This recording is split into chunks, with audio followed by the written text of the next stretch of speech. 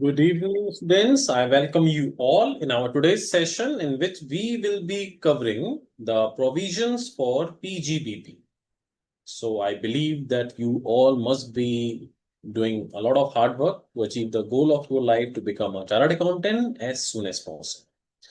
So today is the revisionary class of PGBP provision, and I believe that you all understand that PGBP is the very or utmost important topic from our income tax topic. And the question number one, which is generally compulsory question, descriptive question, and generally consisting 15 marks, the majority part is depending upon PGBP provisions. So suppose if there's a question of 15 marks, compulsory question, and which is based on PGBP. So I believe out of those 15 marks, the 10 marks content is related to PGBP provision.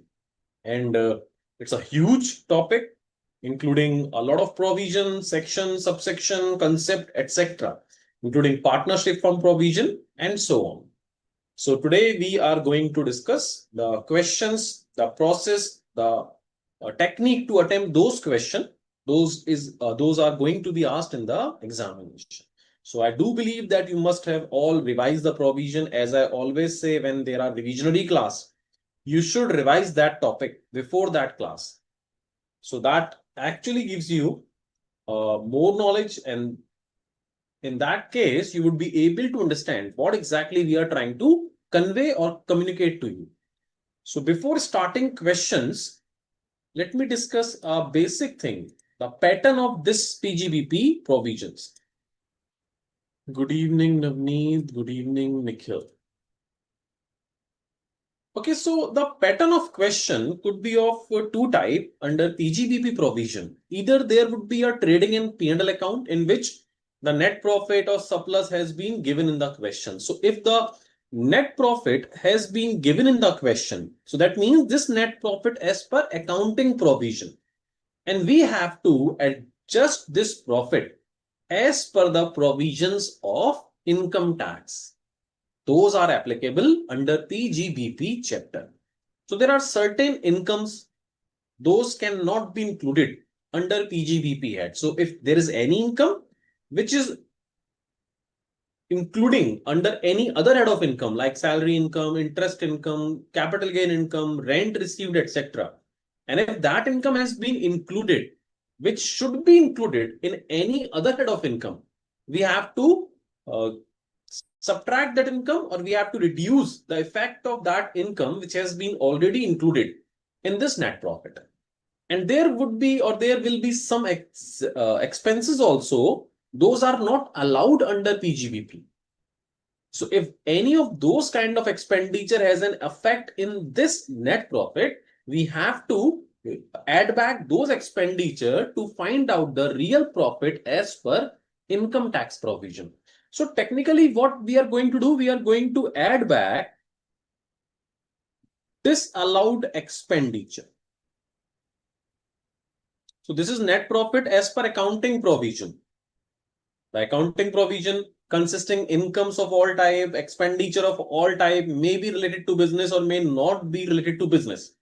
So what we need to do, we have to add back those expenditure, those are disallowed as per Income Tax Act, and we have to disallow the incomes which has been already included in this net profit. So we have to remove the effect of those disallowed income which has been already included in this net profit by reducing. So technically what we will have, this is our net profit under income tax provision. So this is what we need to find it out. But if I'll tell you that this net profit actually is allowed income as per income tax, this net profit actually is the result of allowed income as per income tax after reducing allowed expenditure as per income tax. So is it right or not? Yes. So technically what we are doing, the net profit which has been given as per accounting provision, We are just nullifying the effect of disallowed expenditure, which is not allowed as per income tax, and we are just removing disallowed income. So whatever we will receive, the result would be technically allowed incomes reduced by allowed expenditure. So this is our object, this is our motive, this is the aim of solution of a question. What exactly we need to find out from a PGBP? We need to find out a result, that amount which will consist or which will be the result of allowed incomes reduced by allowed expenditure. So this is this thing, allowed income and allowed expenditure result, which needs to be find out in a question which is for trading and profit and loss account. But now there could be another kind of question, a different pattern kind of question could be asked in the examination, which has been based on receipt and payment. So if in the question receipt and payment has been given, so there would be brought forward amount of cash, carry forward amount of cash, there would be all kind of receipt and all kind of payments, whether it's capital or revenue, would be in that performer. So if this kind of pattern question have been given in the question, which has been including all kinds of capital revenue which has been receipt, or all kind of capital revenue, whether it's a revenue expenditure or capital in payment head, and there would be brought forward, carry forward also. So if that part or that kind of question has been given in the examination, so now we need to find out again this profit. So the pattern would be changed. Now, if you want to solve this kind of question, I do believe that in your study material, test your knowledge question and illustration, you have gone through with this kind of question in which there is receipt and payment has been given. So what will we are going to do in these kind of question? Now we only need to consider only allowed incomes. We only need to consider from these receipt and payment only those income, those are allowed income as per Income Tax Act. And of course, there would be only revenue nature income. Those are allowed as per Income Tax Act, which is connected with my PGBP. So I will sort those income, those are connected to my business income as per income tax provision. So those allowed incomes I am going to take from this receipt side, and I am going to reduce allowed expenditure as per income tax, which is connected to my PGBP provision. So from this expenses or payment side, I will take allowed expenditures only. And from this income or receipt side, I am going to include only allowed incomes. So now what would be the result? Now, whatever it is called net profit or surplus, whatever you can say, this is what? Again, this is exactly this thing. That means we have the result of allowed incomes and allowed expenditure. So in trading and P&L, the profit which is according to accounting has been given. It includes some disallowed expenditure and some disallowed incomes. So we have to remove that effect. After that, we will have our result, which is actually allowed income and allowed expenditure result. But if the receipt and payment has been given, then you have to follow a different pattern. Kindly only consider allowed incomes and reduce only allowed expenditure. So automatically you will have the same answer from different pattern. Okay. So that is the basic pattern question that is going to be asked in the examination. And if there is certain payment, please follow this method. And if there is trading in P&L, please follow this pattern or method to solve a question. Ultimate aim is the same. We need to find out allowed incomes and allowed expenditure. The result is my income, which needs to be shown under PGBP head. But the pattern should be different for different kind of questions. Okay, now moving on to the questions. Good evening, Mr. Ajay. Now, one by one, we are going to solve question. And let me tell you, when we are going through with these questions, you will learn a lot of things regarding PGBP, a lot of things. New provision, new concept, how to deal that question, how to solve that question. And I will tell you a very interesting fact to solve a question of a PGBP. And I believe that in the normal classes also, the faculty must have told you that whenever you are going to solve a PGBP question, you need to take this net profit initially, then always solve from credit side. This side should be solved initially. After the treatment of all these income part, whether allowed, disallowed, etc., then we will go for the debit part. Then we will see what kind of expenditure is allowed or disallowed. After solving these credit and debit side, now we will move on to our additional information which has been given in the question. So please follow this. Always solve the credit side first, then the debit side, and then the additional information. Trick also for you, if these points like point number 1, 2, 3, you can see a lot of multiple additional information has been given in the question. Maybe there would be 1 or 2 adjustment or additional information. Maybe you do not know the treatment, that how to solve these adjustment in the question. So please solve those adjustment at last. Suppose you do not know how to solve point number 3. So then solve 1 and 2 and then 4, 5, 6. Or suppose you also do not know how to solve this in PGBP. Then solve 1, 2, 4, 5, 7, 8. And at last you can try to solve point number 6 or point number 3. Okay. So now we will read this question and then we will solve that question. Mr. Amit having a business of manufacturing. Always remember this. This is very key point. If there is any business which is manufacturing business.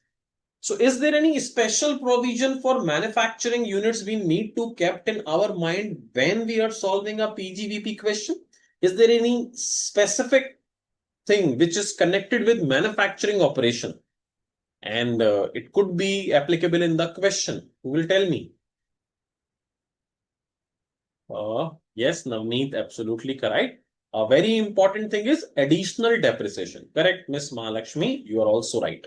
So when there is a manufacturing unit has been given in the question, kindly underline it. As I always told you, that when there is a question and you are reading a question, kindly underline the important information that might affect our question. So this manufacturing unit I have underlined. Why? Because it could be impact of additional depreciation, etc. Of furniture gives the following trading and profit and loss account. So the information has been given. Then I always check in the question what is the requirement of the question. And it says compute the total income and tax liability of Mr. Amit in a most beneficial manner. So when it's most beneficial manner, that does mean that we have to solve this question as per default tax regime as well as per optional tax regime. And of course, we are going through with revision of PGBP. So we will solve PGBP as per default tax regime and as per optional tax regime. Okay. Sure. So we will start from here. First of all, we will take the net profit, which has been given in the question.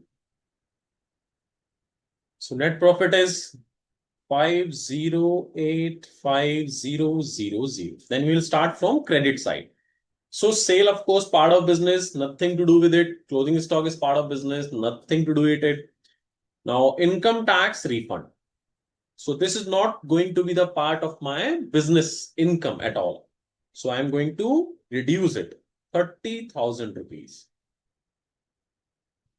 Navneet is saying 30K other sources. No, Navneet, it's wrong answer. It would not be the part of PGBP first of all.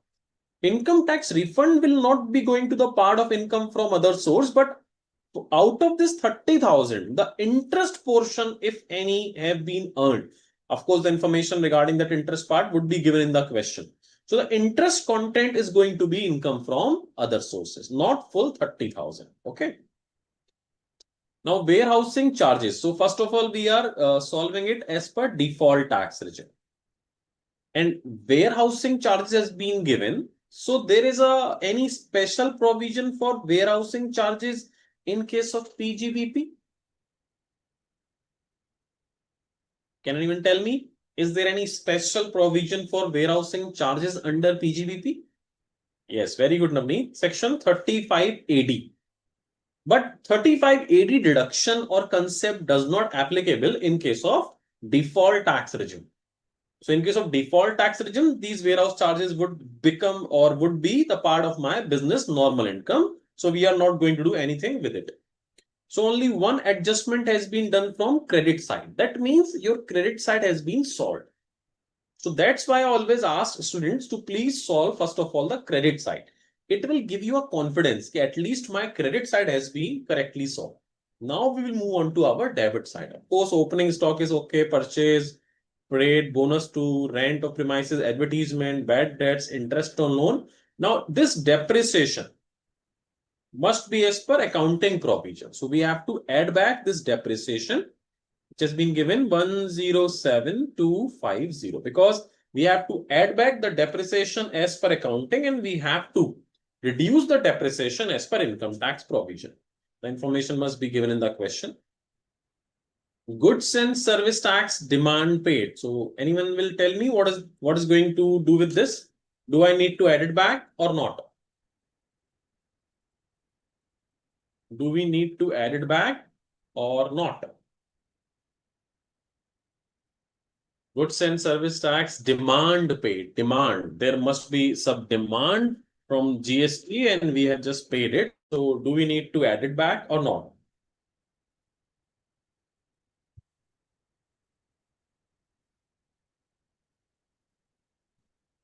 Navneet is saying penalty. No, I do not know whether it's a penalty or not. The question is in front of you and it's saying goods and service tax demand paid. So do I need to add it back or not? Mr. Nikhil Kumar is saying add. Very good. Anyone else? Navneet is saying add.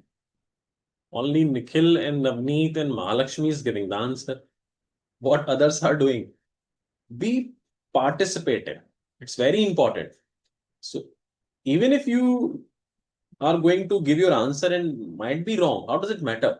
At least try to give the answer. So be interactive in this class. That's why we are in these revisionary class, because the intention is to be interactive to make you understand how to solve a question and you should participate in it. So technically, goods and service tax demand paid. Now it is an indirect tax. And in case of indirect tax, the indirect tax itself is allowed. Its interest is also allowed. Only penalties are disallowed.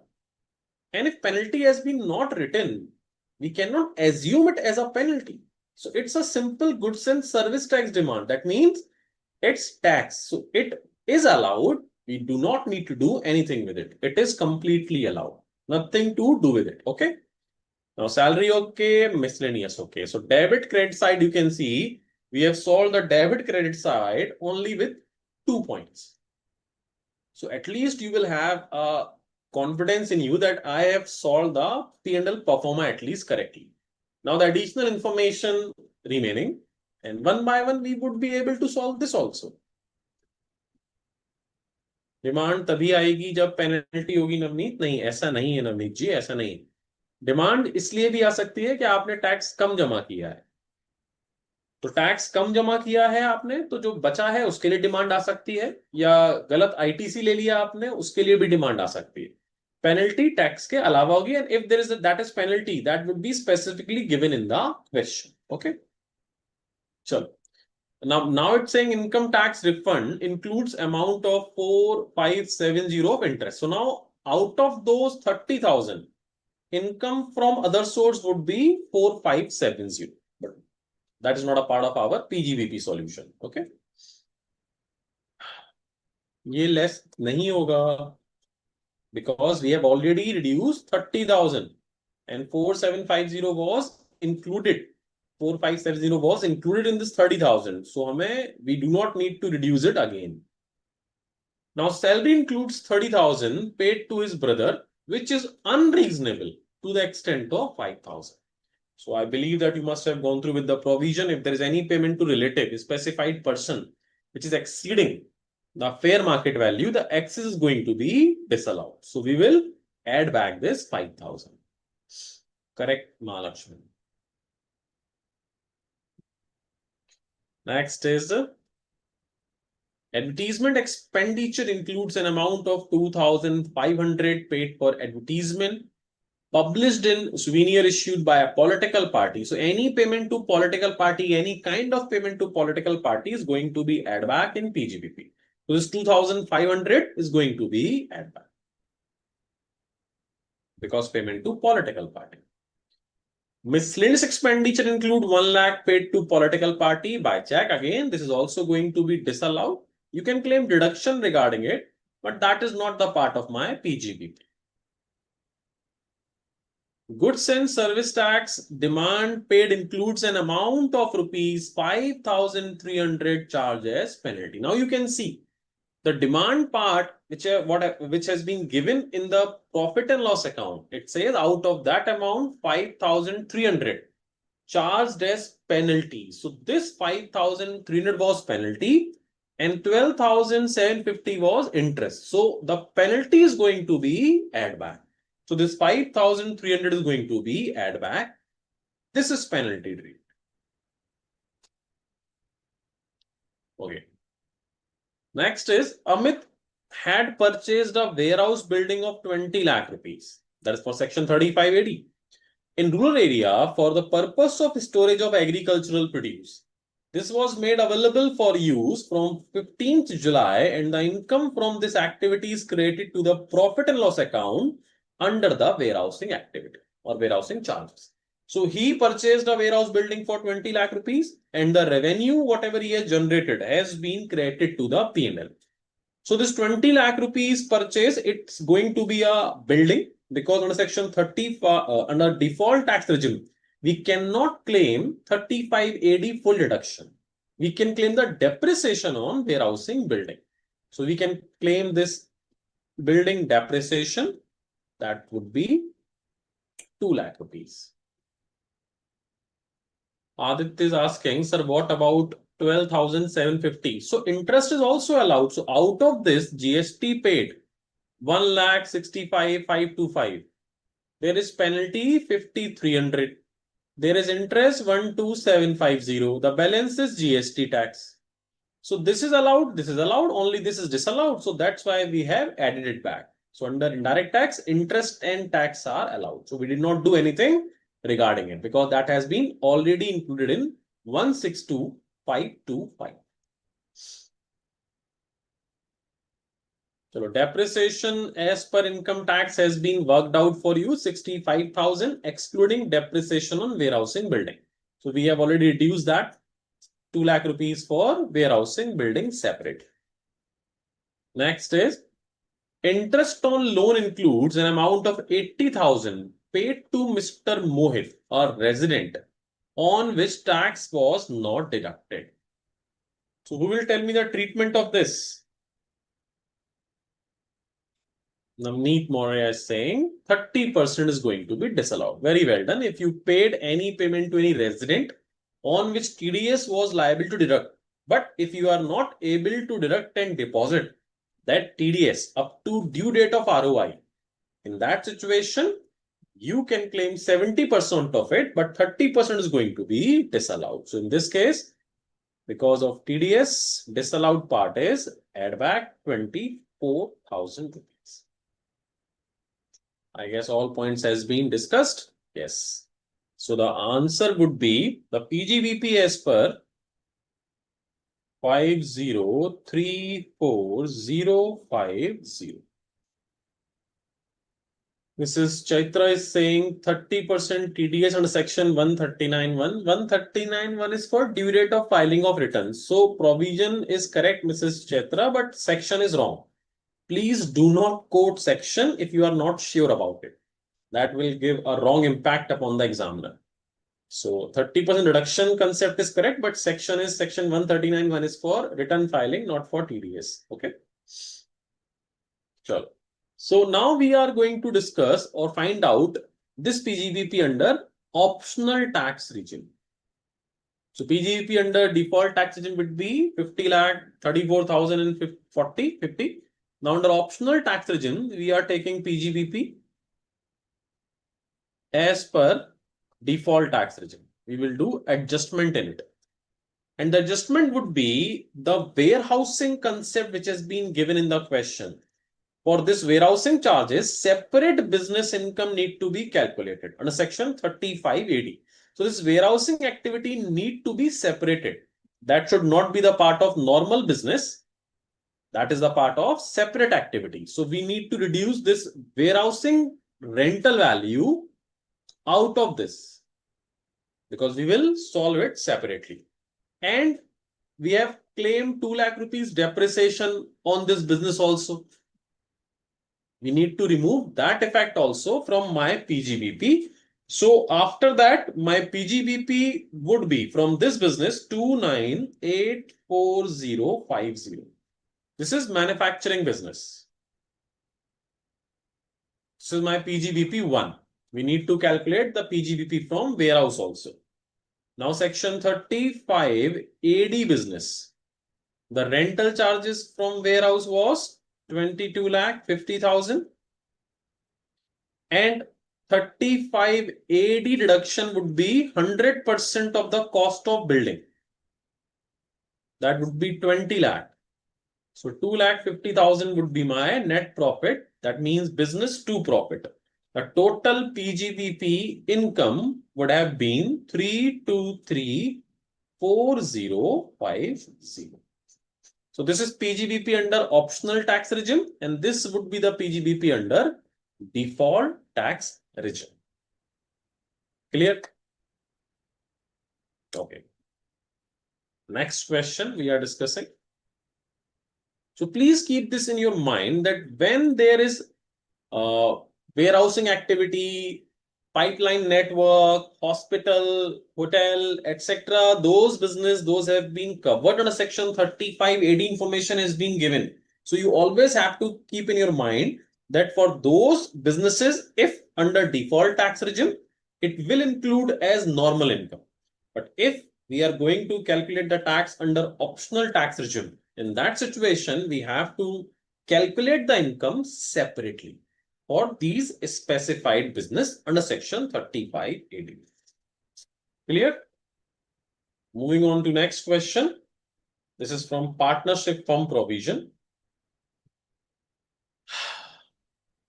Navneet Singh sir OTR से भी calculate करेंगे. Navneet OTR से क्या PGBP हमने OTR से calculate कर तो दिया ये ना. This is PGBP under OTR system. We were just doing that. This is my PGBP under OTR. और DTR का ये रहा. स्टार्टिंग तो हमने DTR ही सॉल्व किया था default tax regime. Because question has asked us in most beneficial manner, then we have to solve as per default tax regime, as per optional tax regime, both. चलो question number 2, and it says colour change करते हैं जो. चलो. Mrs. Ravi and Sons, a partnership firm consisting of 2 partners, report a net profit of 7,50,000 before deduction of the following items: salary, depreciation, interest on capital, the amount of capital eligible for interest, carry forward losses. The question asks us to calculate book profit of the firm. First of all, we have to find out the book profit and the amount of salary that can be paid to working partner under section 40B, and how much salary we can pay to the working partner under section 40B. So in case of a partnership firm, the most important thing is to calculation of book profit. The book profit says whatever is your net profit. The concept says whatever is your net profit as per income tax provision you have calculated, as per other concept, you have to only allowed 12% interest on capital or loan. If any interest exceeding 12%, that is going to be disallowed. You have to add back any interest exceeding 12%. And all the salary, remuneration, fees, bonus, commission has been paid to the partners need to be disallowed. So you have to disallow 2 separate things. One is interest to partners. If it is exceeding 12%, the extra needs to be disallowed. And all the salary, remuneration, fees, commission, if has been deducted from this net profit, then you have to add it back if it has been deducted. Clear? Now in this question, the net profit has been given 7,50,000. So if this net profit already deducted salary, remuneration or fees to partner and interest to partners, if this net profit is after deduction of salary, remuneration, fees to partner and interest to partner. Clear? After this, in that situation, you have to add back interest if exceeding 12%, and you have to add back the 100% salary which has been paid to the partners. And we will do these both things when, if these has been deducted from this profit. But if you'll see in this question, they are saying your net profit is 7,50,000. 7,50,000 before deduction of the following item. That means salary has not been deducted. If it would have been deducted from this 750, then I would going to add it back. Then I'm going to add it back. Depreciation has not been deducted. That is under section 32. That means depreciation as per income tax. So we have to reduce the depreciation. Clear? Interest on capital 15% per annum. Not yet deducted. It is 15%. So if it would have been deducted from 750, then I am going to add it back 3%, which is exceeding 12%. But because it has not been deducted, so I have to reduce up to 12% of the interest to partner. And 12% interest to partner is going to be 72,000. How it came? From here. The capital value has been given. So up to 12% of 6 lakh can be deducted. So I believe you must have gone through with the concept of book profit and how to calculate it in the format in the normal classes, of course. So after that calculation, now we have arrived at our book profit, and my book profit would be 4,28,000. Now can you tell me how to calculate remuneration from this book profit? What is the first step? What is the first step to calculate the remuneration from the book profit? Who will tell me? Very good, Navneet. First 6 lakh, 0%. Very bad, Navneet. What is this? No, not completely right. First 6 lakh, you are saying 90%, then 60%. No, you are missing something. Ajay is saying actual remuneration. No, you are also mistaken. Anyone else?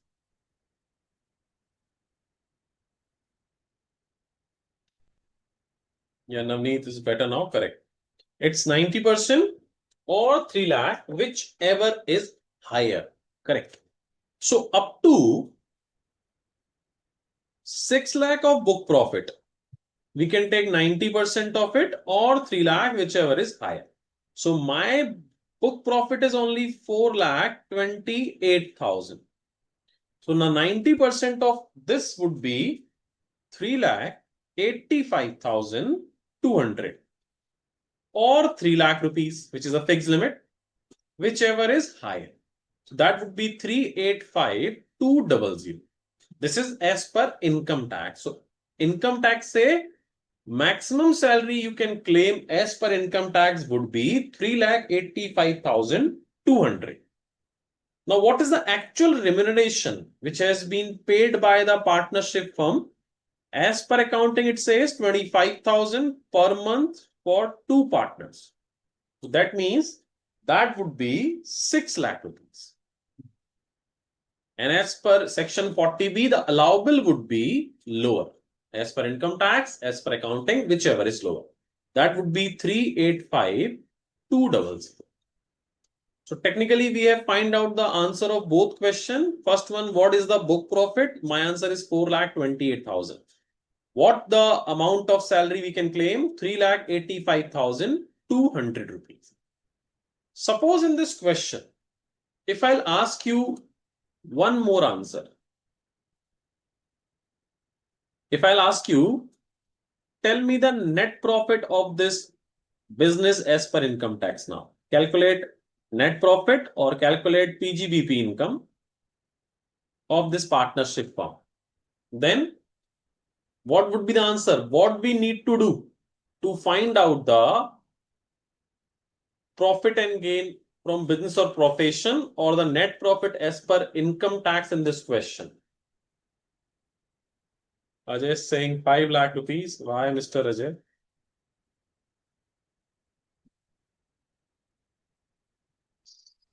No, not 5 lakh. Forget about the carry forward of losses provision. Just let me know the profit of this partnership firm before applying carry forward etc. provision. 12% tak interest and 385,200 allowed as deduction. I want answer. Look, if you want to find out the answer, the very simple method is whatever is book profit you have been find out. If you have find out the remuneration, then you just need to do this. Book profit less this salary or remuneration, 385,200. That is your net profit. 42,800 would be your business income. So if there is a partnership firm question and you need to find out the net profit, then book profit less the allowable remuneration on a section 40B. That would be your net profit as per income tax provision. I hope it's clear. So moving on, question number 3.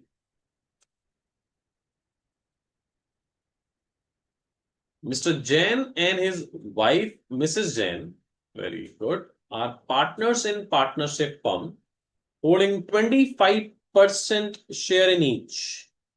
During the financial year 25-26, the firm paid rupees 2,50,000 each of them as remuneration. Apart from this, they provide you the following information in respect of financial year 25-26. तो नवनीत पूछ रहे हैं 12% interest का कुछ नहीं होगा. 12% interest हमने allowed कर दिया ना नवनीत यहां से, ये ना दैट 12% बुक प्रॉफिट निकालने से पहले ही हमने एज अ डिडक्शन क्लेम कर लिए, तो उसका ट्रीटमेंट हम पहले ही कर चुके. तो इंटरेस्ट ये हो गया और रेम्युनरेशन ये वाली अलाउड हो गई. तो जैसे ही आप बुक प्रॉफिट में से सिर्फ रेम्युनरेशन घटाएंगे, you will get your net profit always in case of partnership. ये फिक्स रूल है, you can remember it. Book profit less salary allowed under section 40B, that is going to be your answer of net profit for that specific partnership firm. You do not need to do anything else. Clear? Chalo. Next is Mr. Jain and his wife Mrs. Jain are partners in a partnership firm holding 25% share each. Can you remember anything from this? 25% share. If someone has 25% share in any organization, does it have any impact? Yes, correct, Navneet. It can treat as a control. If you have 20% or more share, it is called substantial interest. I guess the definition is under section 232. That is called substantial interest. And I believe you must have gone through with this concept under clubbing chapter. So because husband and wife both having interest more than 20% in that partnership. Now, if they will receive any remuneration, salary, etc., that could be clubbed in the hands of any of them if they are not talented or not qualified. So let's see. During the financial year 25-26, the firm paid rupees 2,50,000 to each as remuneration. So remuneration is 2,50,000 each. Apart from this, they provide you the following information in respect of financial year. Salary received by Mr. Jain from his employer is 12,50,000. So this is his separate salary income. Interest on fixed deposit earned by Mrs. Jain, rupees 14 lakh rupees. So she is earning 14 lakh rupees. The fixed deposit was opened by using her Stridhan, her personal savings. Income of 3 minor child Nita, Mita, Sita. Income is 15, 10, 2000. Got it? Now, what is the requirement of question? The question says you have to calculate the gross total income of Mr. and Mrs. Jain as per the provision of Income Tax Act 2026-27, assuming that they have shifted out of the default tax regime. Shifted out of the default tax regime. That means we are under optional tax regime. Now, very simple question. Optional tax regime, Mr. Jain, Mrs. Jain.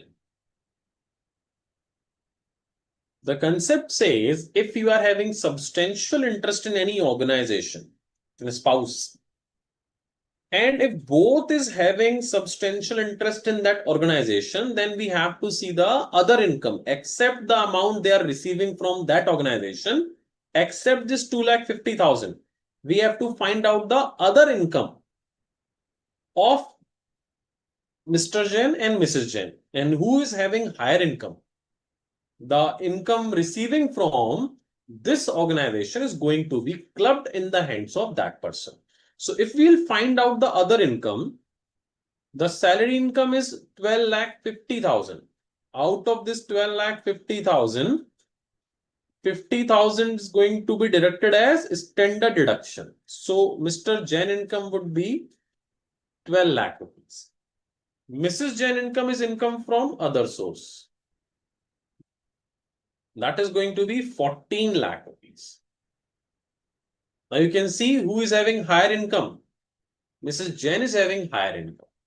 So the clubbing of children's income, the income which has been received from the organization in which husband and wife both having substantial interest is going to be included in the hands of Mrs. Jain.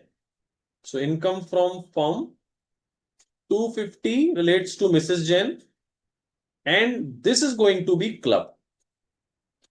The Mr. Jain income of 2,50,000 is going to be clubbed in the hands of Mrs. Jain. The three children having income of 15,000, 10,000 and 2,000.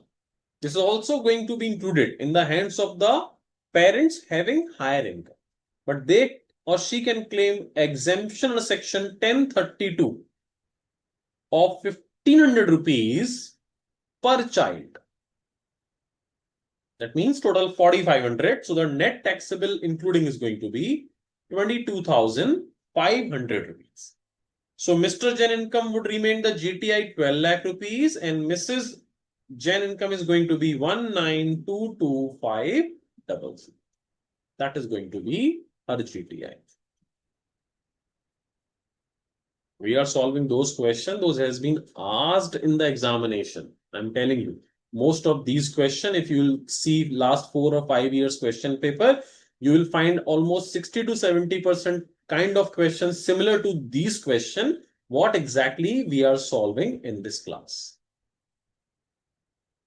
Okay, now question number 4. Before solving this question, I would like to ask you one question.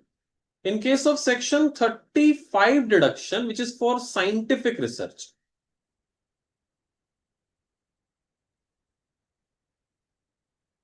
can you tell me what is the difference between default tax regime deduction and optional tax regime deduction?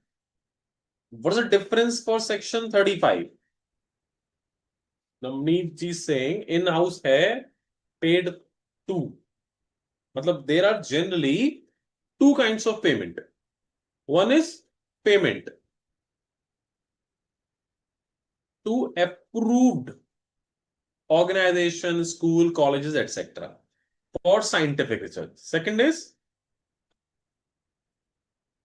payment to non-approved. And third one is in-house research. So in case of default tax regime, out of this 1, 2, 3, which is allowed, and in case of optional tax regime, out of these 1, 2, 3, which is allowed. Mahalakshmi is saying in default, paid research is not deducted. Navneet is saying OTR में सबको, DTR में only paid to approved. Sure.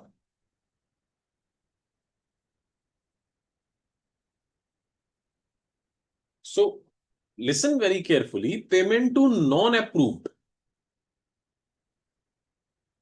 cannot be claimed as a deduction in any of the case. In case of optional tax regime, payment to approved is allowed and in-house also allowed. In-house allowed and payment to approved allowed. In case of default tax regime, only in-house research is allowed. Confusion clear? There could be a payment to approved organization, payment to non-approved organization or in-house. Just 3 he cases हो सकते हैं. Now, unapproved, so its name is unapproved. So how can income tax allowed to unapproved research? So that has been not allowed in any case. Now we have left with 2, payment to approved organization and in-house research center. Default tax regime only allowed to in-house research, not payment to approved. And OTR allowed both. And now in this question, they are asking us to calculate deduction section 35 of the Income Tax Act if you are under default tax. So it's easy. Payment made to AB University and approved university, default tax regime not allowed. Payment made to SIA college. So if these kind of information has been given where it has not been written whether approved or unapproved, so always treated as unapproved. Fine, so cannot allow. Payment to IIT Bangalore, of course, approved, but under default tax regime, not allowed. Machinery for in-house research, yes. No. Only answer correct is 25. So that is going to be allowed. In case of in-house research also, there is a provision, land deduction you cannot claim. Capital expenditure, if it is for land, then you cannot claim it. So if the information has been given that machine, building, land, then we have to remove the land concept. Okay, chalo. Solved ho gaya. This is for 4 marks. Now question number 5.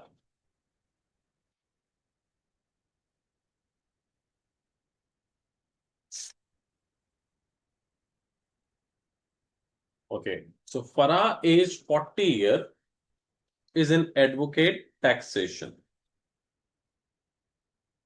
She keeps her books of accounts on accrual basis. Her profit and loss account for the year ended on March 31st, 26 as follows. So advocate taxation, accrual basis.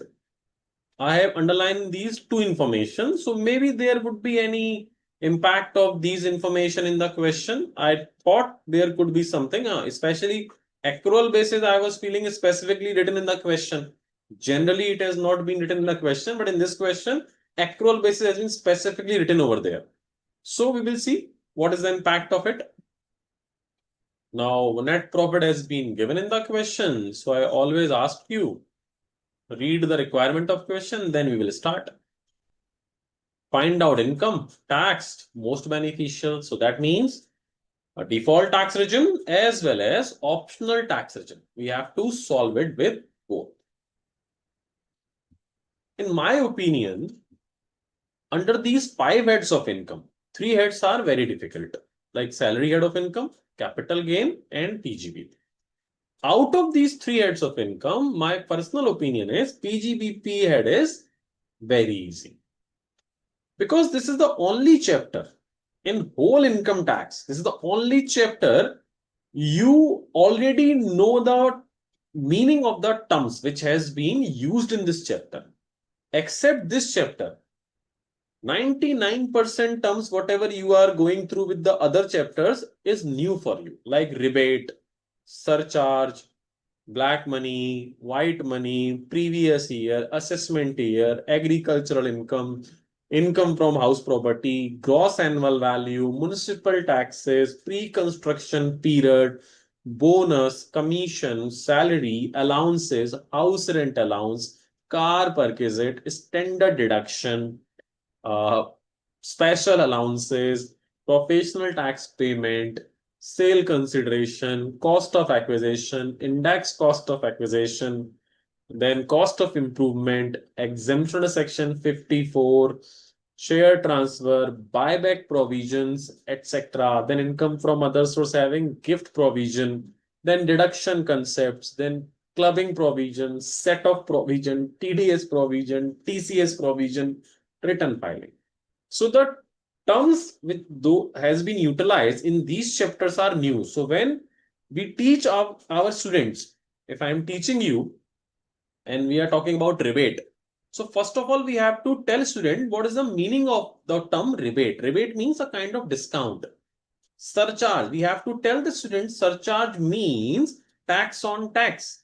Integration of agricultural income with non-agricultural. So we have to tell the meaning of the term also, then we see the implication. Under PGBP head, the depreciation, sale, purchase, expenditure, administrative expenditure, cash payment. So most of the terms you are already familiar with. So under this PGBP topic, we just need to find out whether this is going to be allowed or whether it's going to be disallowed as per the provision. So in my opinion, this chapter is technically easier than other chapters comparative to, of course, capital gain, salary, PGBP is more easier. Aditya is saying, sir, in question, how we can recognize DTR or OTR in the exam? It would be given in the question. The question will tell you how you need to solve a question. Like we are solving the question, every question, it is already written in the requirement. And if the question is silent and you have to calculate the tax, then you have to calculate the tax by both methods. Chalo. So let's solve this question. And the requirement was, of course, most beneficial. First of all, we are solving it as per default tax regime. The net profit has been given in the question is 2591000.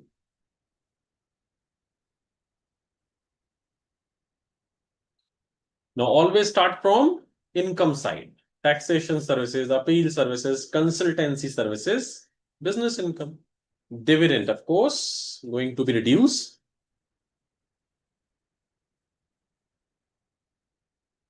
Interest on deposit, all are income from other sources, 25,000. Then honorarium received and rent, both going to be reduced, 50,000 and 90,000.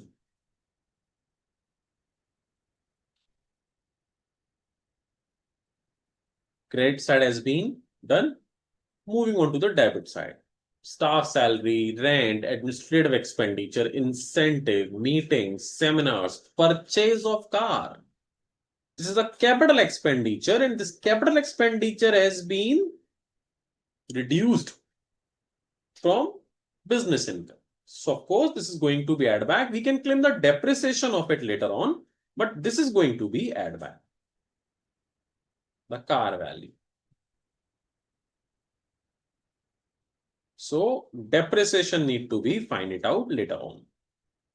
Repair and maintenance of car, of course, a business expenditure, traveling expenditure, municipal tax paid in respect of house property. So the rent is going to be calculated under income from house property. So the respective expenditure will also form part of income from house property. So this is also going to be add back municipal taxes. So you can see the majority, the part, all debit credit side has been solved. Now the additional information. Administrative expense include 50,000 paid to a tax consultant in cash for assisting Para in one of the professional assignment. So can you tell me what is going to be the treatment of this information?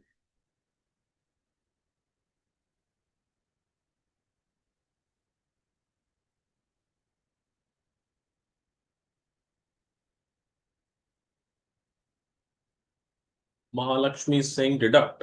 Why? it has already been deducted. It has been included in administrative expenses, 50,000. So either we need to add it back or we do not need to do anything. Okay, already deducted.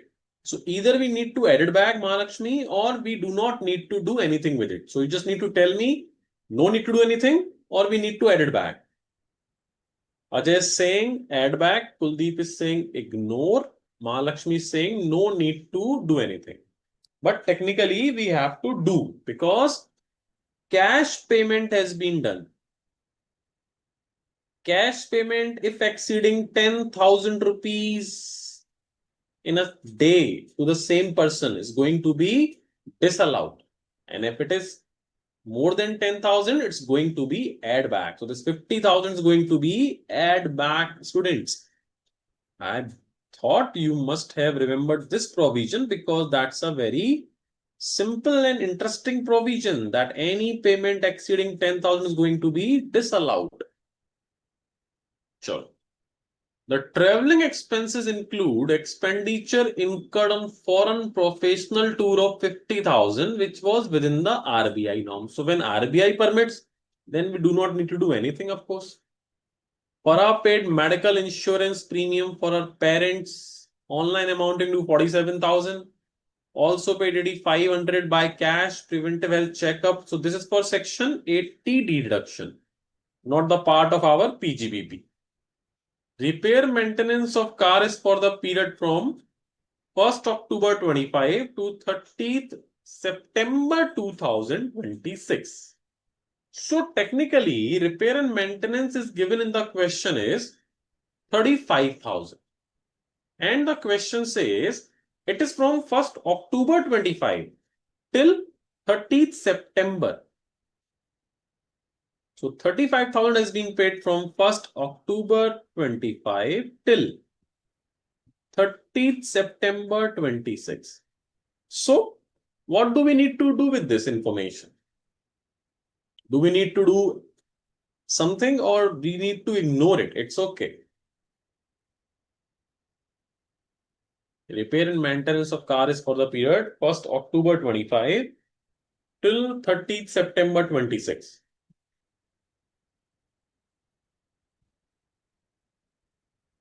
Aditya is saying 40% depreciation on car. Yes, we will apply the depreciation at last. Because generally regarding car, it has been given in question that it is some part of the car is used for personal purpose also. So after reading all the other information, we will apply the depreciation. That's why I have marked over there in the question dep. So we will not forget. Okay. So have patience. 26-27 part need to add back. Only current year allowed. Chitra is saying only 6 months allowed. Very good. Mrs. Gayatri is saying till 31st March need to be considered. Kuldeep is also correct. Aditya is saying exempt. Why exempt? No. So we have to take only 6 months insurance because of this point. They maintain books of accounts on accrual basis. And because if it is accrual basis, then only the expenditure which has been incurred till the end of our financial year or previous year can be the part of my PGBP income. So this has been paid for full year, 35,000. So from October, November, December, January, February, March, that means for 6 months, expenditure we can only claim under PGBP head. But under accounting PGBP, he has claimed full 35,000. But I can claim only half of the expenditure. So the difference 17,500 is going to be add back. Repair and maintenance. So Aditya wants to ask something. Let me see what he wants to know. So good evening, sir. Good evening. Sir, medical expenses are also exempt, sir. Sometimes. What is exempt?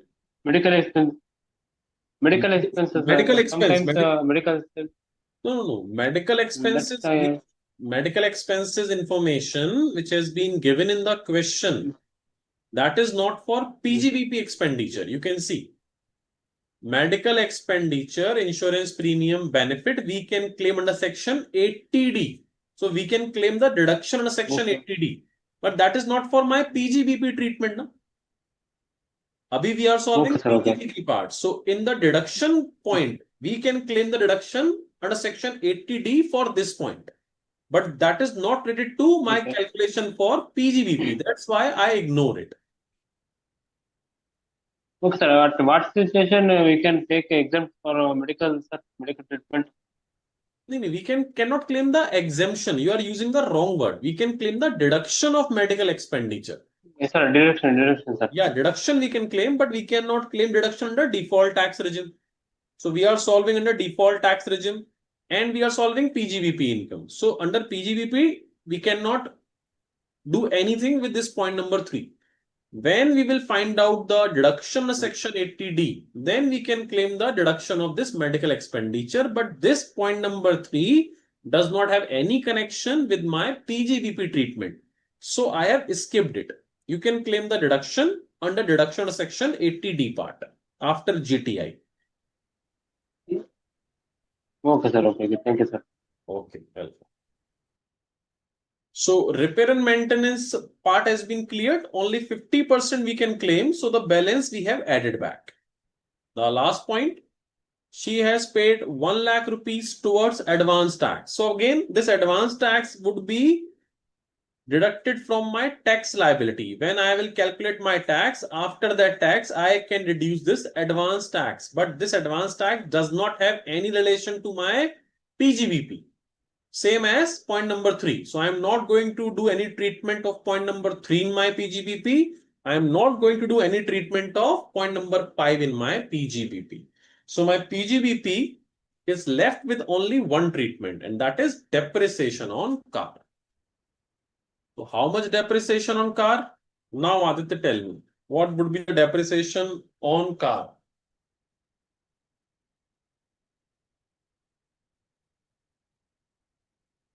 Aditya is saying 40%. Where you have read this 40% rate on car? The car rate is 15%. 15% car depreciation we can claim. So the depreciation on car would be 15%, that would be 45,000. So after this all plus and minus, your answer would be 1657566. That is my PGBP under default tax regime. So we are only solving the PGBP part. Now, because in this question they have asked that you have to solve under optional tax regime also. Do we need to solve as per optional tax regime also? Yes. So we have to solve this question as per optional tax regime also, and you will see the PGBP income will remain the same. There would not be any change in this because there is no difference we have applied in case of optional tax regime and under default tax regime. In this case, the difference would be for deduction part. Under default tax regime, we cannot claim the deduction of section 80D, but under optional, we can claim the deduction under section 80D. That was question number 5. Just give me a second.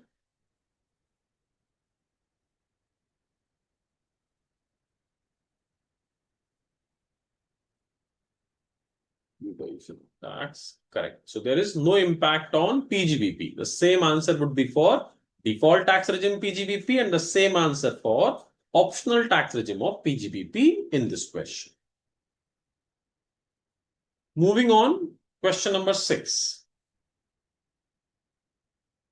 Mr. Piyush runs a sole proprietorship firm and owns 4 machines, which was put in use for business in March 2024. The depreciation on these machines is charged at the rate 15%. The WDV of these machines as on 1st April 25 was 7,70,000.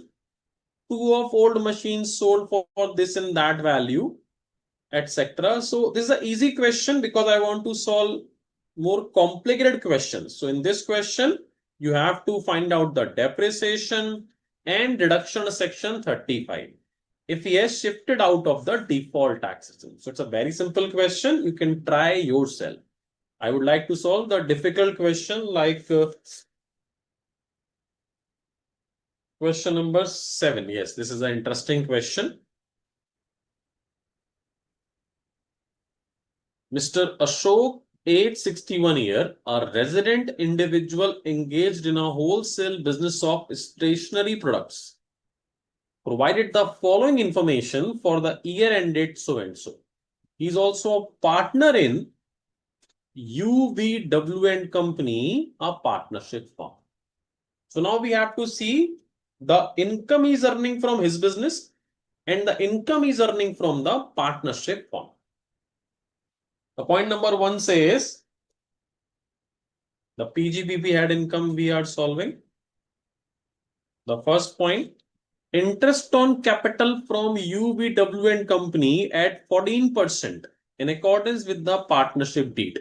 So we have to see how much of this income can be included under the PGBP head of Mr. Ashok. I missed a thing that the requirement of question always we have to see. You are required to compute income and tax of Mr. Ashok, assuming opt out from the provision of section 115 BAC. That means optional tax regime. So now my question is for all of you, interest on capital from UVW and Company at 14%. That is 140. So how much of this needs to include in the hands of Mr. Ashok? How much out of this 1,40,000 can we include as Mr. Ashok income from this partnership firm? I believe you all must know that any interest, salary or profit received from partnership firm by a partner is going to be taxed under PGBP hand of that partner. So this all, whatever he is receiving from partnership firm is going to be taxed under PGBP hand, whether it's interest, share of profit from the firm or salary. So how much of this 1,20,000 would be included under PGBP income of Mr. Ashok? So Mr. Ajay is saying 20,000. Anyone else?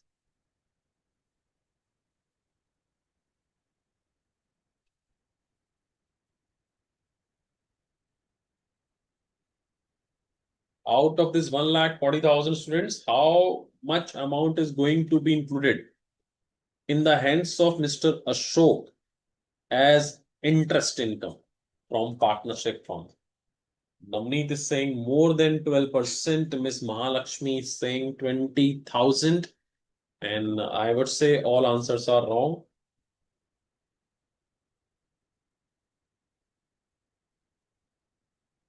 19,600 is Mr. Aditya saying.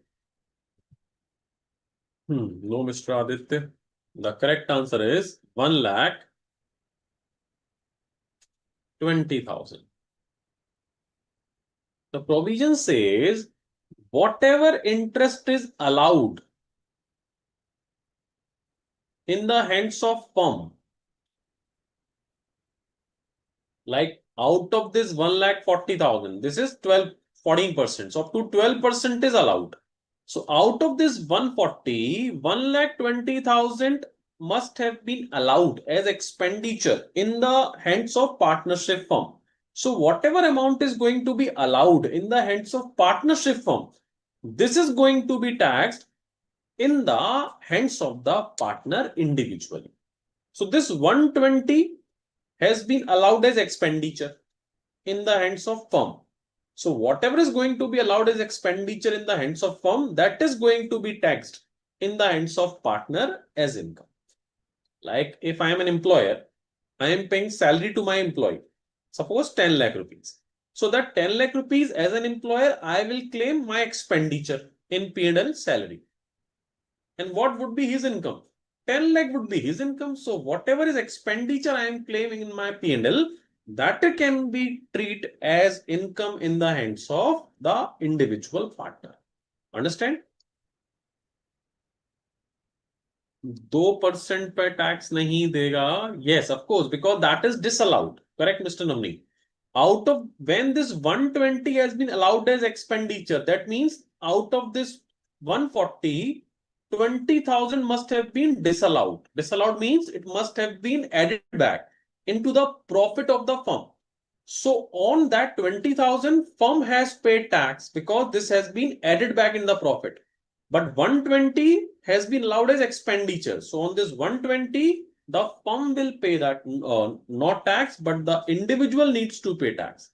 Okay, let me tell you in a very simple way. So for examination, you will not get confused. This is a partnership firm. These are partners. So remember, firm generally pay three things: interest, salary, remuneration, fees, bonus, commission, and profit. Always remember, on disallowed portion in case of interest means exceeding 12%. In case of salary means exceeding 40B. On disallowed portion and in profit, on disallowed portion, tax paid by firm. So tax paid by firm on the disallowed portion. Of course, on profit, we will pay tax, firm. And whatever is the allowed portion, in case of interest, whatever is allowed portion in case of salary, these is going to be taxed in the hands of partners. So partner will pay tax on the allowed salary and the allowed interest. The profit on which already tax has been paid by firm is going to be exempted. So always remember, allowed portion is going to be taxed in the hands of partners and disallowed portion going to be taxed in the hands of firm. These two sentences, you can write it anywhere and you can always remember for the purpose of examination. Whatever has been allowed is going to be taxed in the hands of partners only. Aditya is saying, how 120? Very bad, Aditya. 1,40,000 is equivalent to 14%. So how much for 12%? This is basics. What you are asking. Chalo.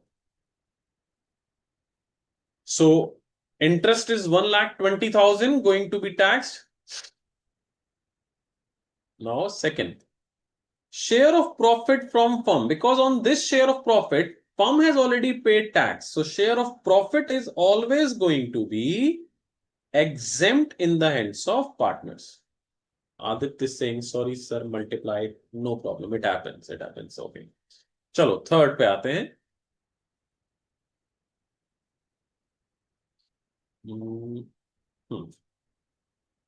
Salary as working partner. Now you can see fully allowed in the hands of firm net of TDS. So this is after TDS. And it is fully allowed. So that means it is allowed as expenditure in the hands of firm. So this full value is going to be taxed in the hands of partner. But that is after TDS. We have to take gross income before TDS. TDS rate we have discussed regarding partnership firm. Section 192T, I guess, na? It was, no, sorry, 194T.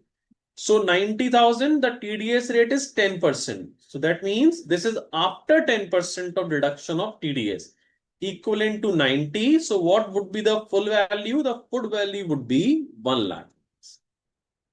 So allowable salary, allowable interest. So this is from partnership firm and going to be taxed under my PGBP. We are actually calculating PGBP. Now interest from bank on FDR, this is my income from other source. So I will not include in my PGBP yet. Interest on saving my account, income from other source.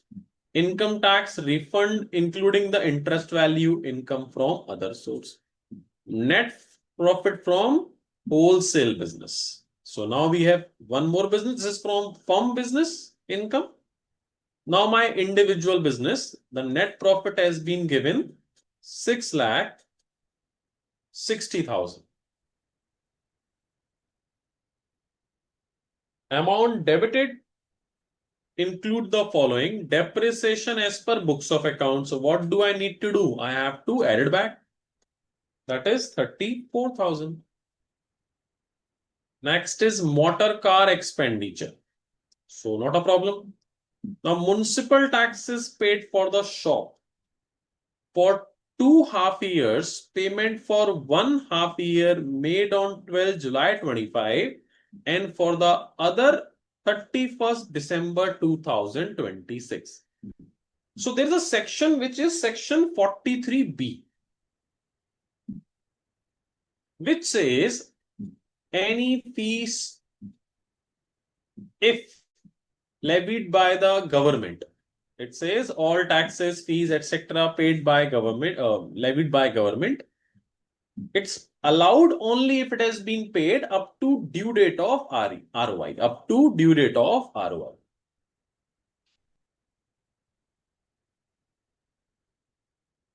Any tax, duty, or fees by whatever name called. So that fees mean municipal fee or government taxes.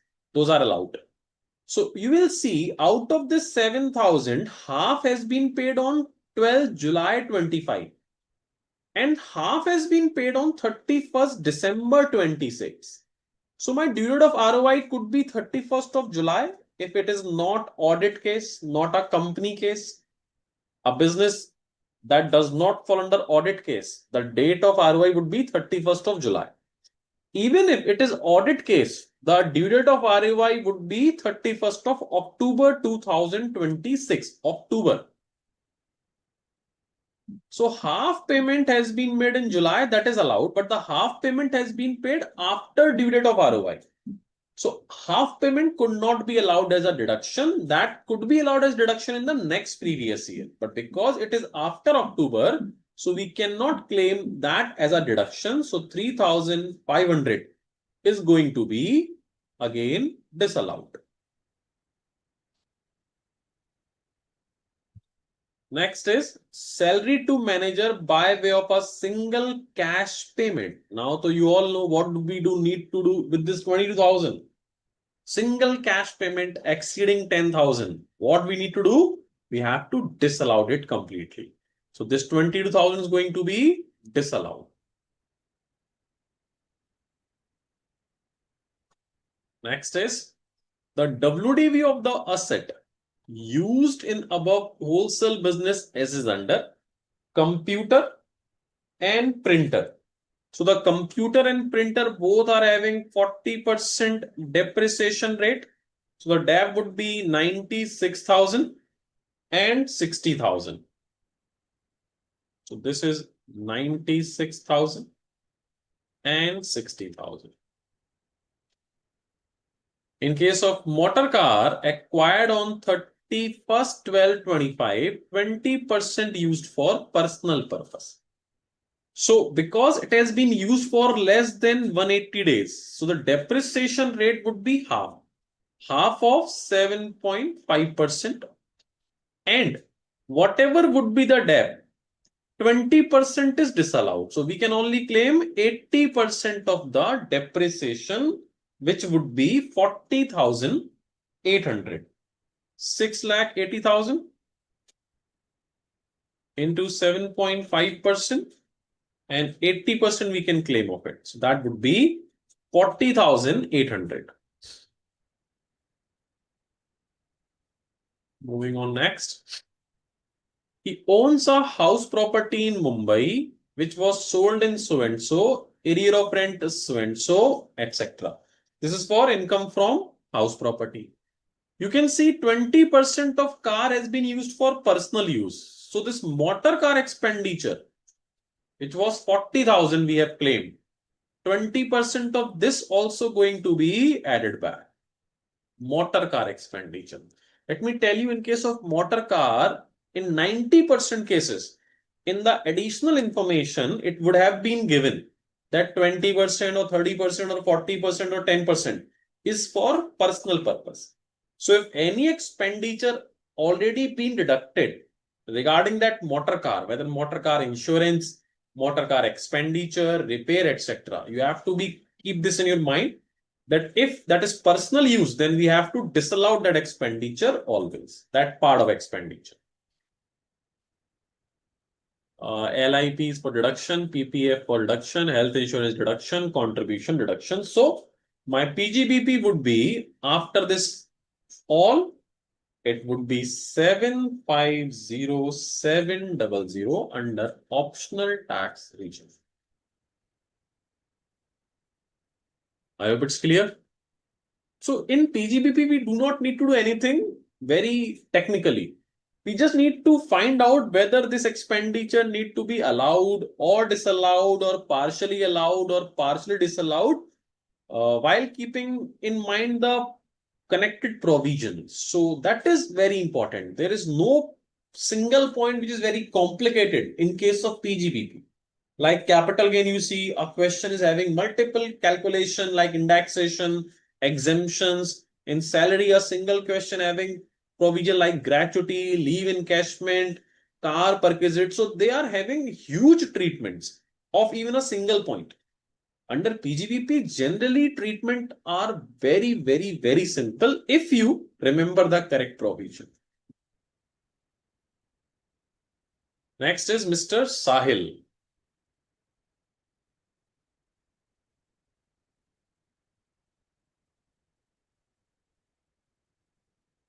And Mr. Sahil, age 40 years, a manufacturer. Manufacturer, additional depreciation. You can write it down in the question also. So you will always remember, okay, that this information could be useful. Following manufacturing, trading, and profit and loss account has been given in the question. Okay, let me see the requirement of question. You can see the length of the question. Compute the total income tax liability of Sahil if he exercise the option of shifting out of the default tax regime. So shifting out of default tax regime, that means we have to solve this question as per optional tax regime. Clear?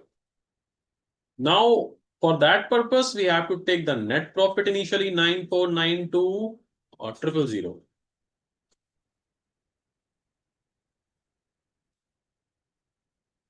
Then we will start from my credit side. Sale, closing stock, profit. Now we have to reduce the dividend, winning from lottery, profit on sale of shares. Then we are going to debit side, opening stock, purchase, wages, manufacturing, administrative. And now you can see this SGST penalty paid. SGST penalty. So if there is penalty, that is going to be disallowed. Always. General expense, miscellaneous, loss on sale of share, 140. Interest to bank for term loan and the depreciation, we need to add it back.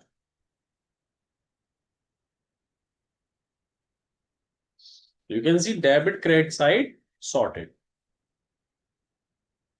Now the information, administrative charges include 46,000 paid as commission to brother and the market rate was 36. So 10,000 is going to be disallowed.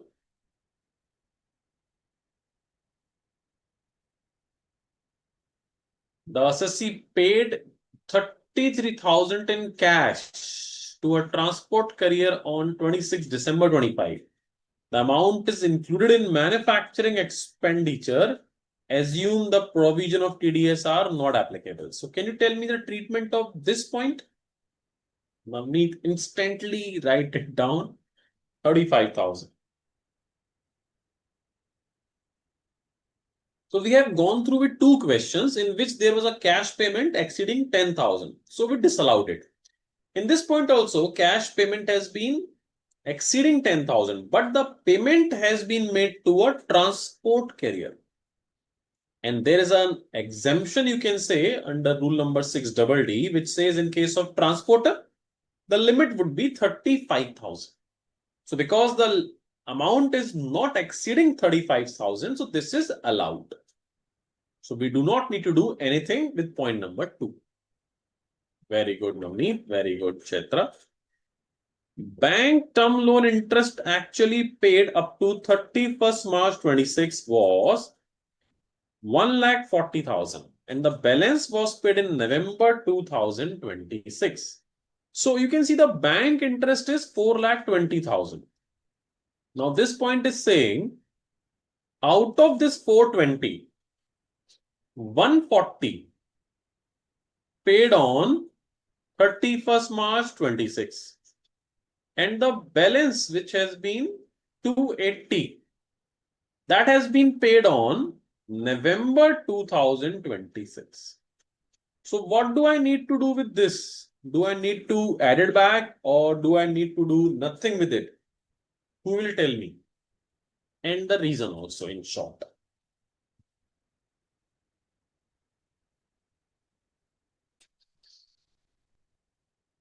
Is it 2,80,000 allowed or disallowed?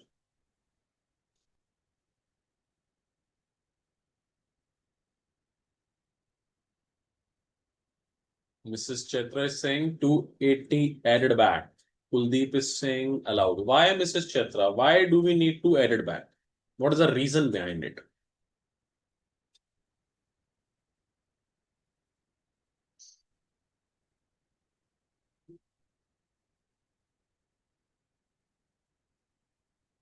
What is the reason behind it that you want to add 2,80,000? In short, can you tell me the provision or section, whatever it is? Kuldeep is saying allowed. Chaitra is saying because this is not allowed in previous year 25-26, correct? As per section 43B, if any interest on loan needs to be claimed as deduction, then interest need to be paid up to due date of ROI. So if that is not paid up to due date of ROI, which could be maximum 31st of October in this case, and it has been paid in November, so this cannot be allowed. So we are going to add it back.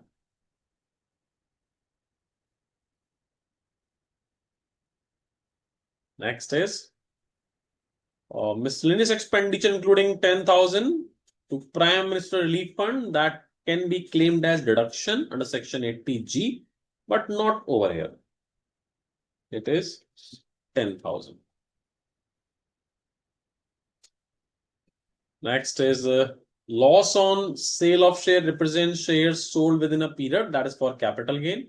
Profit in shares is saying sold in December, that is for capital gain.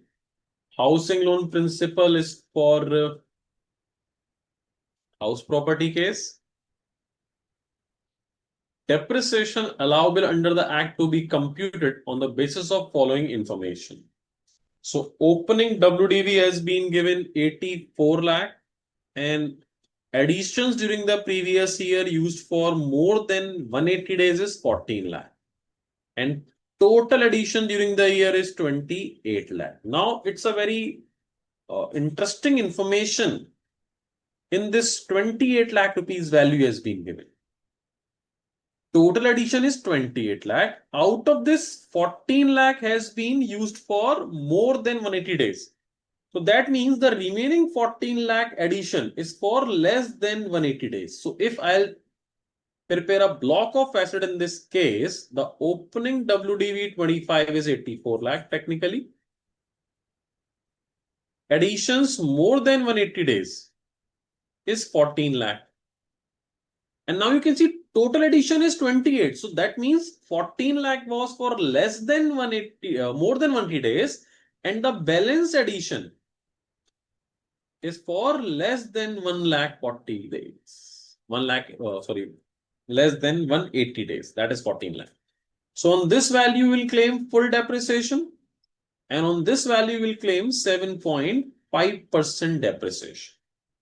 Clear? So total depreciation would be 14,70,000 and this would be 1,05,000. Clear?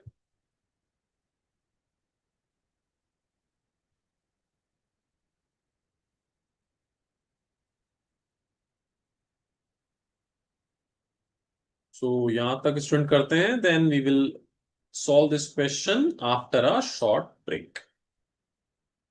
Mr. Manish, can we take a short break?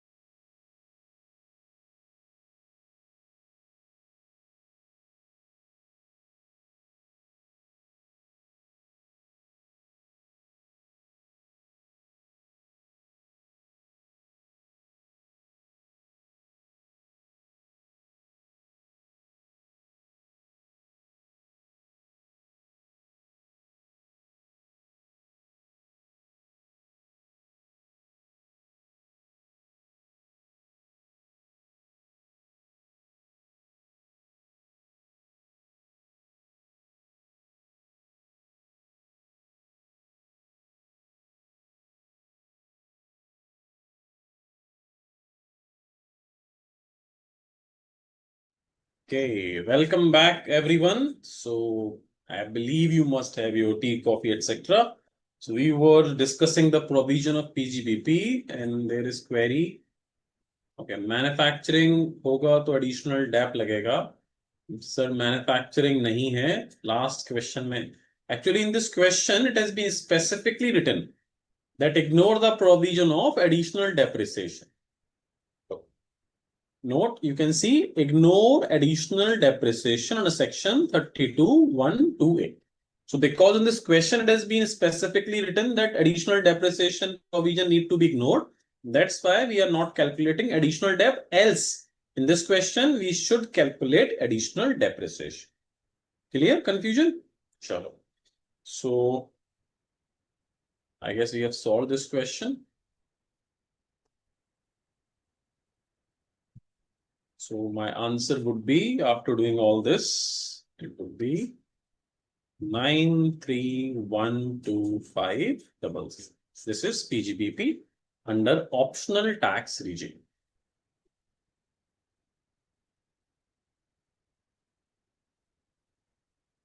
Yes, if question says ignore the additional depreciation provision, then you have to ignore, of course. If the examiner says, the institute says, the question paper says, then you have to ignore it. Next is Mr. Raju has commenced business on 1st April 25. He finished the following. He furnished must be information regarding the payments made towards scientific research. So it's a scientific research provision. The question says you have to calculate deduction allowed under section 35, assuming he has opted out of default tax regime. So under optional tax regime, we have to find it out. So revenue expenditure on scientific research incurred during the year, it will be allowed.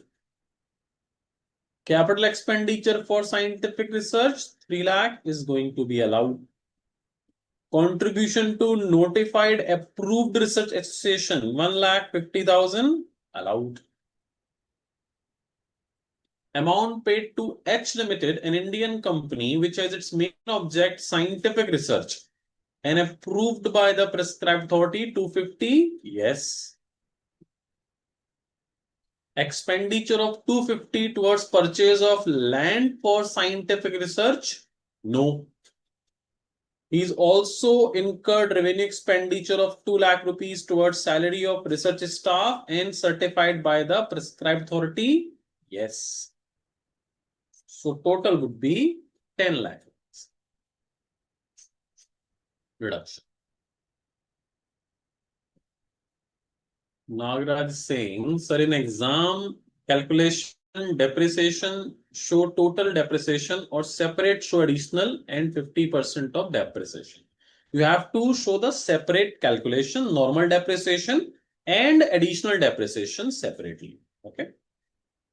Pre-K 4 marks. Yes, of course, you will get these kind of question also in examination. So examination pattern is like that. Out of the, we can say 100 marks question paper, average questions are 40 marks questions are average. Not much difficult, little difficult. And almost 20 or 30 marks questions are very easy, below average. And 20-30 marks paper is, you can say, hard part, or you can say that is difficult questions are there. So you have to focus on those questions. Those are average and below average questions. So if you are able to solve that part correctly, you are going to get good marks in the examination, because difficult question does not decide your marks technically, because in that scenario, in that pressure situation, the difficult question feels more difficult. So please focus on those questions. Those are not that difficult, and try to solve those questions and try to get highest marks on those questions. Those are average or below average. Like this kind of question we have gone through, question number 9. So that is like pre-question. It will take not more than 2 minutes and you can have full 4 marks in these kind of questions. So next is question number 10. So this question is having multiple provision and 2-3 condition additional informations are really very interesting. And those kind of information in this question, that is very important for the purpose of examination. Aditya is saying, sir, if they give optional tax regime, what can we add in PGBP problems? What does that mean, Aditya? Sir, if they give OTR, what can we add in PGBP problems? I'm not able to understand your question, Aditya. Sorry. Chalo, Mr. Raman, a resident individual, age 62 years, is engaged in the business of manufacturing and sale of spare parts for motorbike as a proprietor. He prepared his accounts on mercantile basis. Business is carried on the ground floor of a 2 stories commercial building. So business is running on a ground floor of a 2-story commercial building owned by him. The WDV of which is 8 lakh rupees. So the 8 lakh is the ground floor of 2 stories building value. So this is a building, suppose ground floor for business and first floor, they will tell what is the reason. And this ground floor building value has been given in the question 8 lakh. Not the full value. The ground floor building in which business is running is 8 lakh rupees. On April 1st, 2025. So for the purpose of depreciation, we need to take this 8 lakh rupees if no other information has been given in the question. So the statement of profit and loss for the previous year ended on 31st March 2026. Shows a net profit of 11,25,000. So what is the query? Asking, sir, DTR I can understand, but OTR, what should be add or less? What can be taken? Okay. So if you are able to find out the PGBP income as per default tax regime, we are talking about PGBP head of income. In that situation, under optional tax regime, one is section 35 difference provision. Because if section 35 is there, then payment to approved organization need to be adjusted in DTR PGBP. One is additional depreciation, the main provision. If additional depreciation is applicable, then under optional tax regime, you have to reduce the additional depreciation from that income, what we have calculated under default tax regime. And section 35 AD provision. Section 35 AD advantage is only applicable under optional tax regime, as we have seen in the question number 1. So these are 3 main differences for default tax regime into optional tax regime under PGBP head. Section 35, section 35 AD and additional depreciation. Okay. Chalo, now the net profit has been given in the question is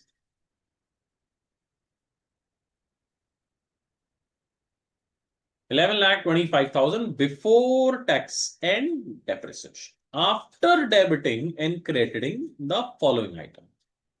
Administrative expenses includes 9,525 paid towards interest on delay in deposit of GST. So is it allowed or not? Interest on GST is allowed or not? If it is allowed, we are not going to do anything. If it is not allowed, we are going to add it back. Navneet is saying allowed. Absolutely correct. Nothing to do with it. General expenses include a sum of 3,88,000 paid to a non-resident as fees for technical services without deduction of tax at source. So we have paid fees for technical services to a non-resident without TDS deduction. So either it's going to be allowed or full disallowed or 30% disallowed. You have 3 options: no disallowance, 30% disallowance, or 100% disallowance. What would be the correct answer? Nagaraja is saying 30%. Navneet is saying 100%. Anyone else?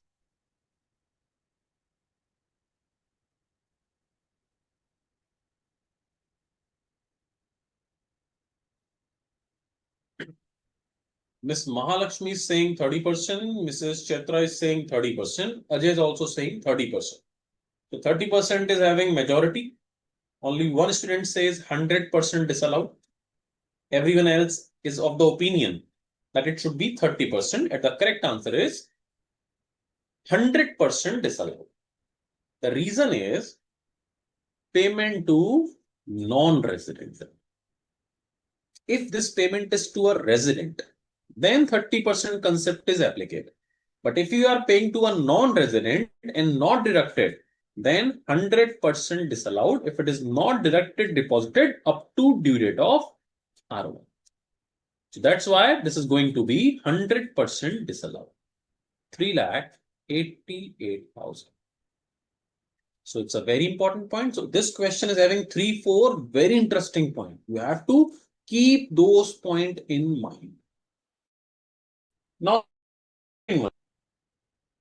fire insurance premium of 66,000 for the entire building remained unpaid till 31st March 2026. So fire insurance premium remained unpaid up to 31st March 26 for entire building. So our building first floor, if you see in the fifth information has been given, has been let it out. So this is let out. This is for business. And the entire building fire insurance premium is 66,000. So what will happen? The 50% which is for let out portion, that is going to be disallowed. 33,000 rupees.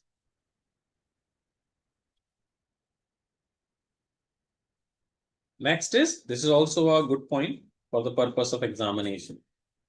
Expenditure of rupees 75,000 was paid to a scientific research association. Before that, I have missed it. That what is the requirement of question? The question is saying calculate tax and income under both regions, of course. So we are solving it under, first of all, default tax region. Sure.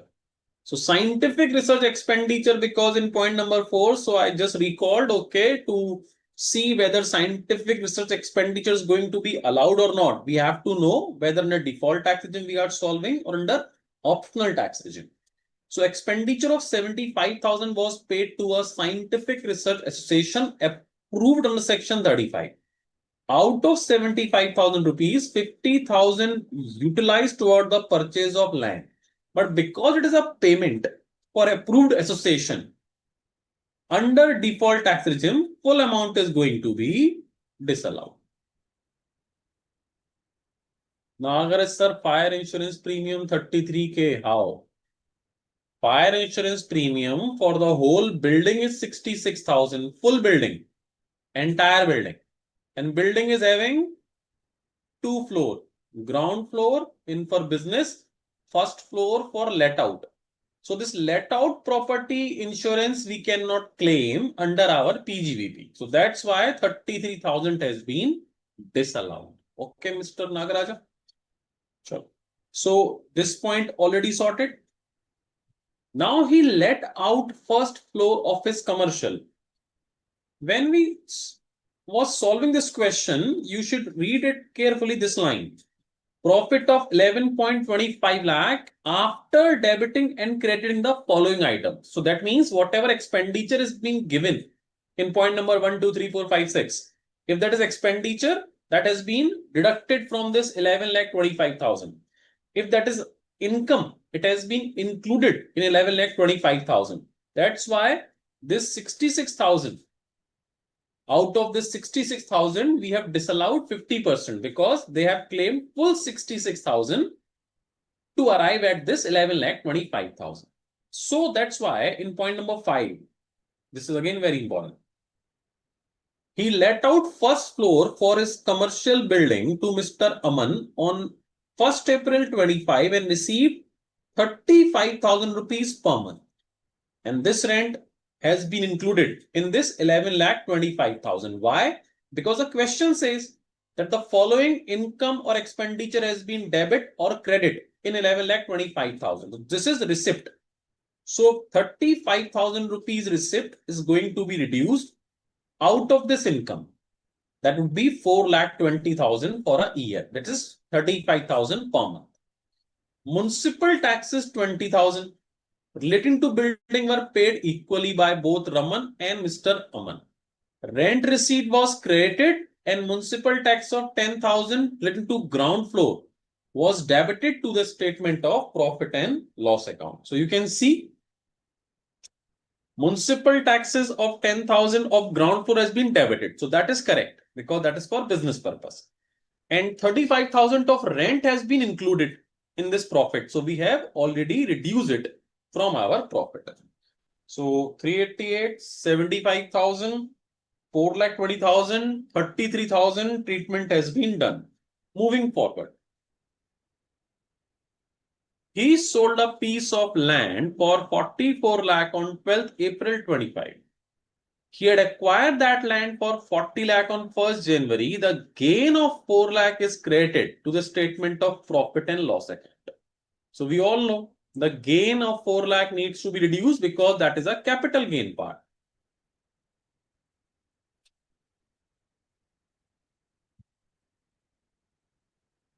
Now additional information we have. And this is a very, very, very important provision for your examination purpose. 35,000 house property income less municipal tax सही है P&L में less sir 35,000 भी तो added है तो less करना पड़ेगा तो कौन है नवनीत नवनीत हमने लेस कर तो दिया 35,000 पर मंथ है तो पूरे 12 महीने का हुआ 4,20,000 and we have reduced this 4,20,000 rupees. Okay. Now this point is utmost important. This is for section 43BH. Now 43BH says if you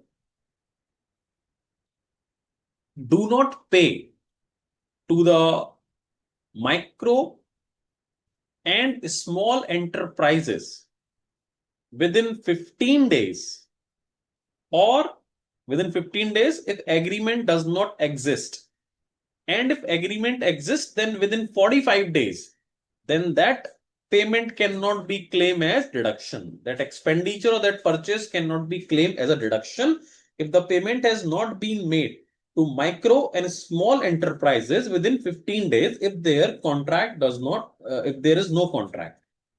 So Mr. Raman purchased raw material from Messrs. Paul Industry, a micro enterprises, on 10th March.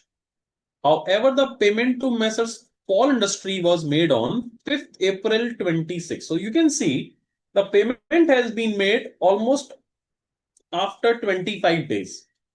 So we have to see whether there is agreement exists or not. And the question says no written agreement for payment exists between Messrs. Paul Industry and Mr. Raman. So that means there was no agreement. So the time limit for payment was 15 days. And the payment has been made after 15 days. So this expenditure is going to be disallowed because the payment was for micro enterprises. Another supplier, Messrs. Carl Industries, are small enterprises with whom also no written agreement existed for payment, was paid on 1,34,000 in cash on April 5, 2026 for purchase of raw material on March 31st, 2026. Both Paul and Carl follows mercantile system of account. Now, purchase made on 31st March and payment made on 5th April. So in this case, payment has been made within 15 days. So nothing required to be disallowed. But there is a very interesting thing. The payment has been made in cash. So what do we need to do with this? Do we need to allow it or do we need to disallow this 1,34,000? Look, as per section 43BH, the provision has been fulfilled. So this 134 cannot be disallowed under section 43BH because we have paid within 15 days. So that is not in a question now. The question is because payment has been made in cash. So do we need to disallow it due to that 10,000 provision of cash or not? Okay, the correct answer, this 1,34,000 is not required to be disallowed, even if it is exceeding 10,000. The correct answer is this is not going to be disallowed. Now my question is why? Think about it. The answer has been, of course, in front of you. Why it is not disallowed? Think about it. The answer is in front of you, students. You can see it clearly. Why not?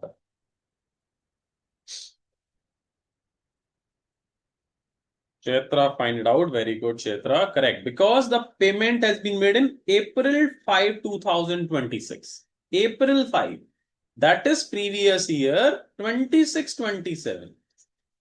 And they are maintaining mercantile system of accounting. So they are considering only 31st March 26 concept of payment. So this 134 will have effect in the next year disallowance case, not in this year disallowance case. So that is going to be your income in the next year, not in this. If this date would be not 5th April, suppose the date is 31st March 26, payment also made on 31st March 26, then I am going to disallow it. But because the year changed, so that will not affect my previous year 25-26 profit. So that's why I was saying it is very, very important point. So out of this point, only 49,000 is going to be disallowed. Understood? Okay, now Mr. Raman acquired a registered trademark on 15 July 25 for rupees 2 lakh. Mr. Raman started using this trademark for his business from 15 January 26. Mr. Raman omitted to enter any transaction relating to this trademark in his books of account. So what we will do with this trademark? We can claim the depreciation on it. So can you tell me the depreciation rate in case of trademark? What is the DEP rate in case of trademark? And because we have used from January 15th, Navneet is saying 40, Ajay is saying 25, Nagaraj is saying 40.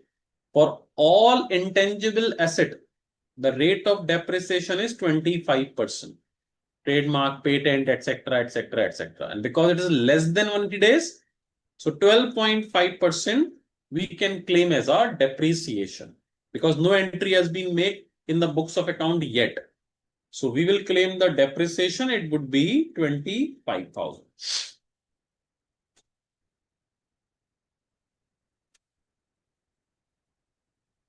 Next is Raman bought a car for personal use on 12th April 21 for rupees 5,40,000.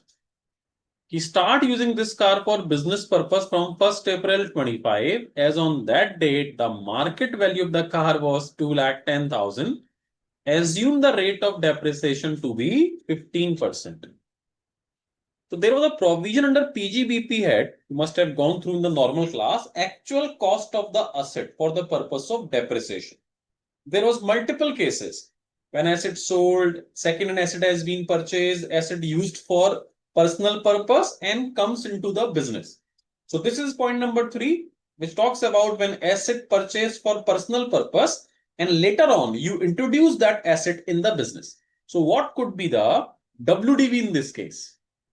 So you have to tell whether we need to apply depreciation on 5,40,000 or market value. Navneet is saying on 5,40,000, 15% debt. Anyone else?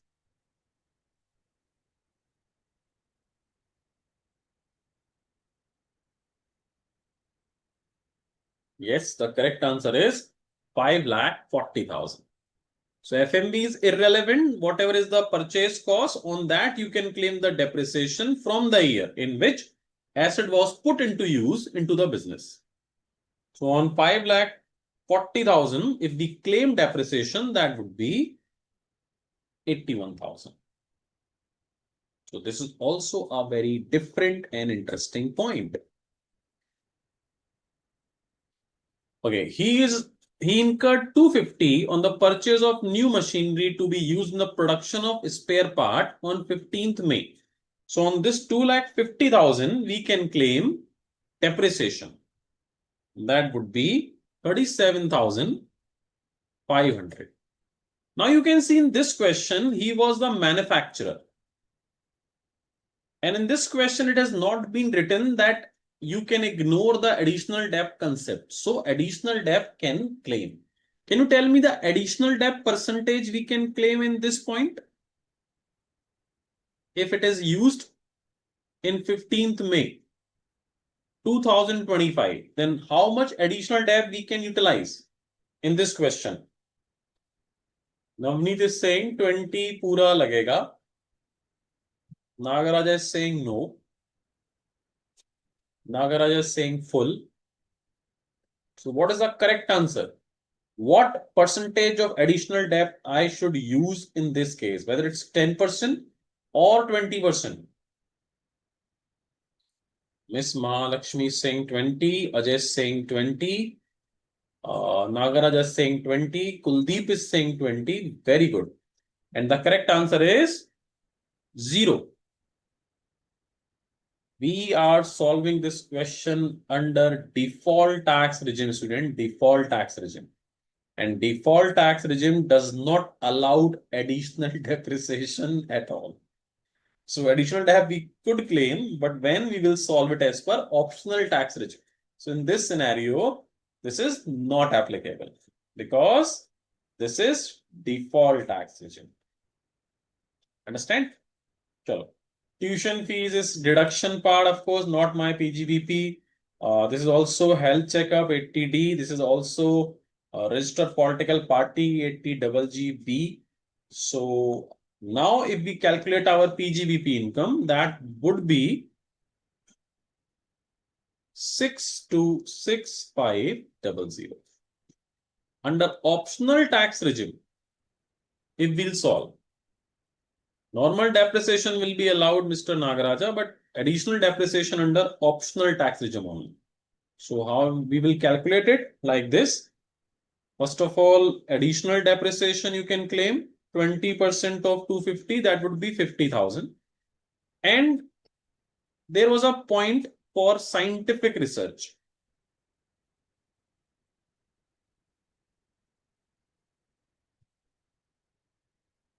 In this, there was a point for scientific research. I would like to ask that point also.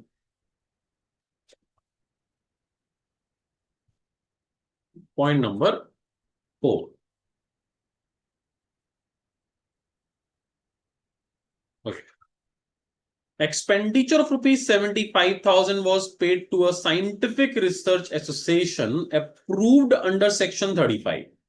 Out of that 75 rupees, 50,000 was utilized for the purchase of land by the research association. This is also an important point. Can you tell me how much we can claim as scientific research expenditure under optional tax regime? Navneet is saying 25 allowed, 50,000 disallowed. Kuldeep is saying 25. So just tell me how much we can claim as scientific research expenditure. How much I can deduct, how much I can reduce from this 626500. Nagaraj is saying 100, Navneet is saying 25, Mahalakshmi is saying 25. Anyone else?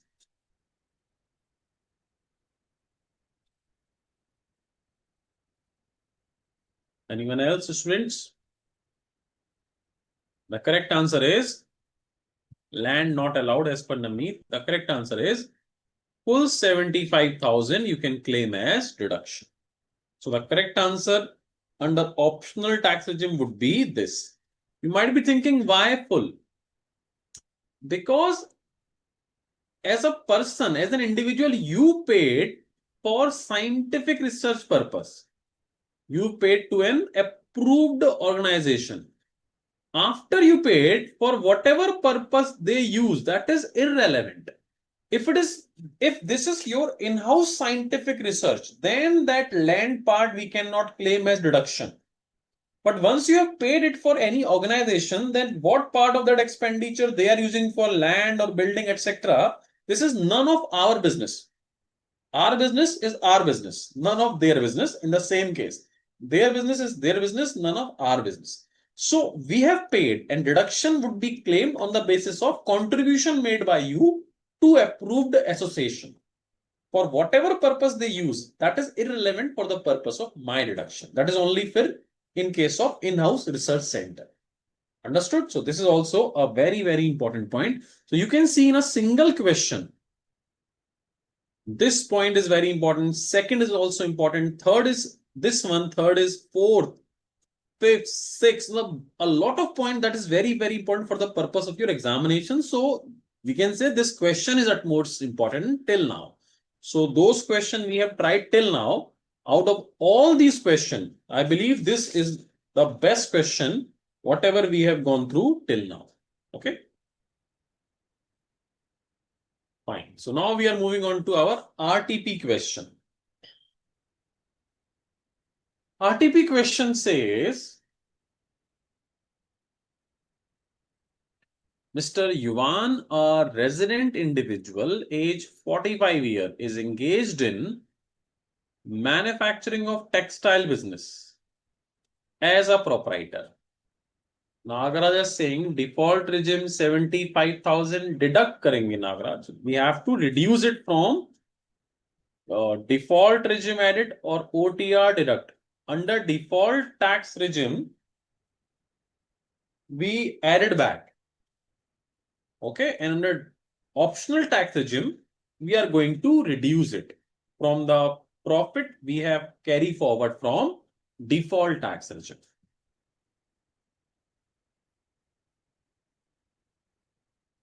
Next is, this is also a manufacturing unit. He follows mercantile system of accounting. The net profit and loss after debit credit, the following item is 20 lakh rupees. So this is net profit 20 lakh rupees. Rupees 25,000 paid to creator for goods in cash. So that is going to be disallowed. We have to see the requirement of question. Total income and tax under default tax regime and optional tax regime. Under both, they want us to calculate the income and the tax. So we are following, first of all, default tax regime. Gross interest received from bank, that is going to be reduced. Contribution to notified approved research association, because we are under default tax regime, so this is going to be disallowed. He paid a job charges for the value addition on the fabric rupees 110 without deduction of tax to job worker by an account pay check. So under section 194C, because it's a job work case, contract case, so TDS need to be deducted, but not. So that's why 30% is going to be disallowed. Normal depreciation of 450 as per income tax rule, including depreciation on 15 lakh, being cost of new machinery purchased and put to use on 1st September 2025. So technically, the depreciation which has been given, normal depreciation is 4,50,000.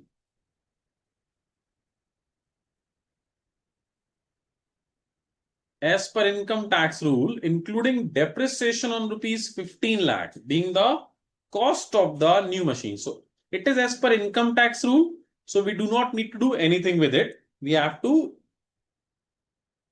and including depreciation 15 lakh on the new machine. So additional depreciation could be there.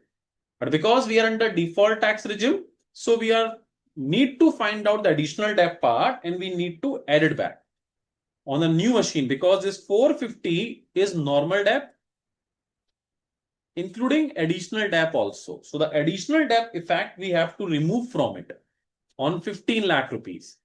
Subsidy of 20% on new machine under technology upgradation fund scheme from the central government, which was credited to the profit and loss account. Now, if you will see the subsidy we receive, which is 20%. So these 2 points we will solve at the end before that, we have to solve the other points because they are interconnected, and we have to see whether there is any other asset on which depreciation is applicable. Insurance expense include 50,000 deposit with life insurance corporation. So this is for deduction purpose, not for my PGBP. Need to add it back.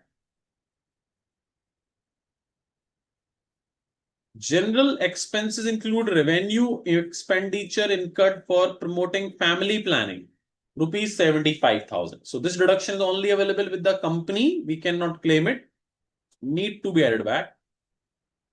Then on 1st March 26, Mr. Yuan purchased raw material for rupees 30,000 from Kana and Company, a medium enterprises as per MSME ED Act 2006, for which payment was made on 18th April 2026. There was no agreement for payment period between them. So what will happen? Because that is a medium enterprises in section 43BH is applicable only in case of point number 5 and 6 we did not discuss yet. I have told you point number 5 and 6 we will discuss after solving all other points because they are interconnected. There could be other machine also on which we need to calculate the depreciation. So on point number 9, because it's a medium enterprises on which 43BH is not applicable. So that's why no treatment of point number 9 is required. Additional information, Mr. Yuan repaid housing loan principal and interest of rupees 75. This is not for our PGBP. Received rent 350, not for our PGBP. 75,000 income from other source. Again, this is not for my PGBP. So now point number 5 and 6 has been left. So we have to solve that point number 5 and 6.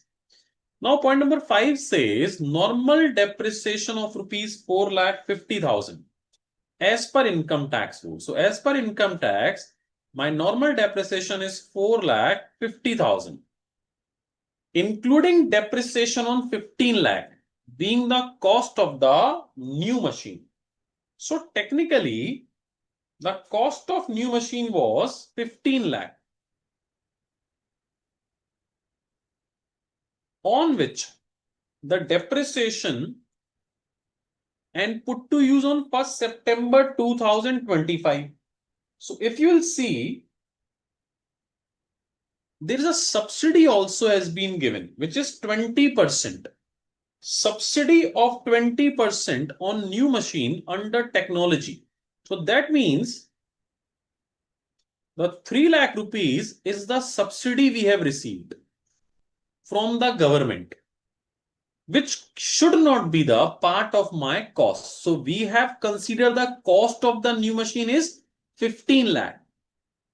And on that 15 lakh, 3 lakh is the government subsidy. So that 15 lakh would not be the cost of my new machine. My new machine cost should be only 12 lakh rupees. But I have included the 15 lakh as the cost of the machine for me. So this should be reduced from the cost of machine, and that would be 3 lakh rupees. That cannot be the part of my income. That is going to be reduced from the cost of the machine. So the subsidy what we have included as my income, that cannot be the part of my income because that has been given on the value of the machine. So that subsidy we have to remove from our profit. So that 3 lakh we have received on the name of subsidy. So that is going to be reduced from my profit because that is going to impact my new machine cost. Now the provision says the impact of depreciation also. It says out of this, in this 4,50,000, the depreciation on 15 lakh also we have considered. But technically, we should have take the depreciation only on 12 lakh rupees because the machine cost should be 12 lakh. But we have claimed the depreciation on full 15 lakh value. So this 3 lakh rupees depreciation needs to add back. because we have claimed it wrongly. So the depreciation on this subsidy, we have to add it back. So technically what we are doing, the subsidy value we have to reduce from my income, and on that subsidy, what depreciation we have claimed on the full value of the machine out of that 15 lakh, on that subsidy value, we cannot claim the depreciation. So the depreciation we have claimed on that subsidy value of 3 lakh need to be added back. So that would be my PGBP 2023000. Now, because we have to calculate the income under optional tax regime also, for that purpose, my PGBP would be as per default tax regime, this value. Now we can claim research, reduction of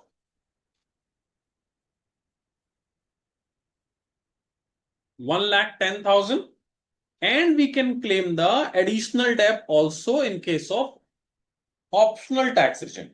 Now, can you tell me how much additional debt we can claim under optional tax regime in this case? Remember, we can only claim the additional debt on the cost of the new machine. So in the question, the machine cost was given 15 lakh, but that is wrong. The technically machine cost is 12 lakh rupees due to the subsidy impact. So the calculate on this 12 lakh rupees value, that would be 20%, 2 lakh 40,000 rupees. So the PGBP under optional tax regime would be 16 lakh and 73,000. Yes, Mrs. Chetra, in additional debt, we cannot claim under default tax regime.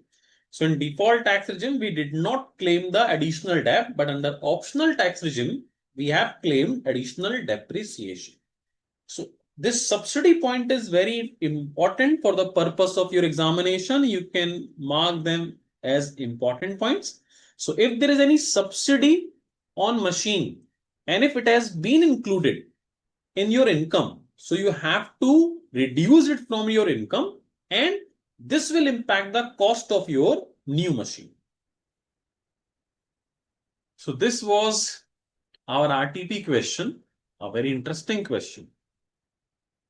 Now there are certain case scenario. This is simple question. I would like to solve a question which is for depreciation purpose. Case number 2 would be better.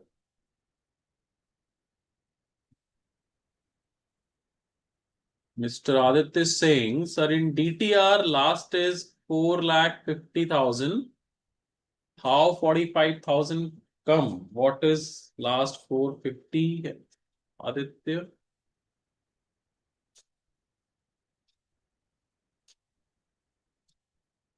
No, this 45,000 is the depreciation effect. What you have claimed on the subsidy.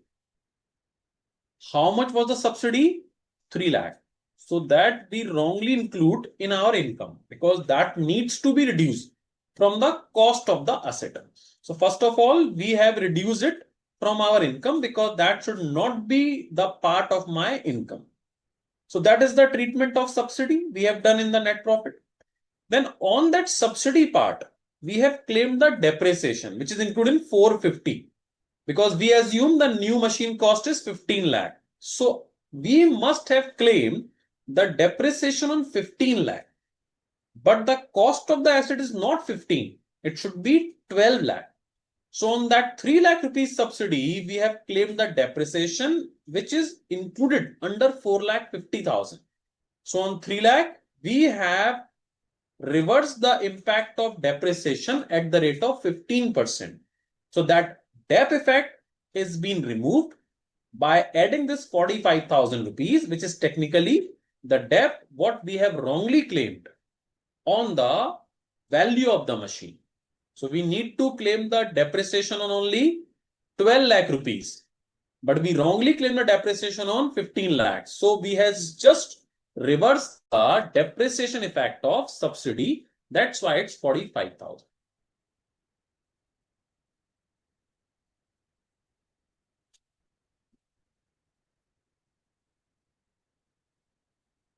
So it says,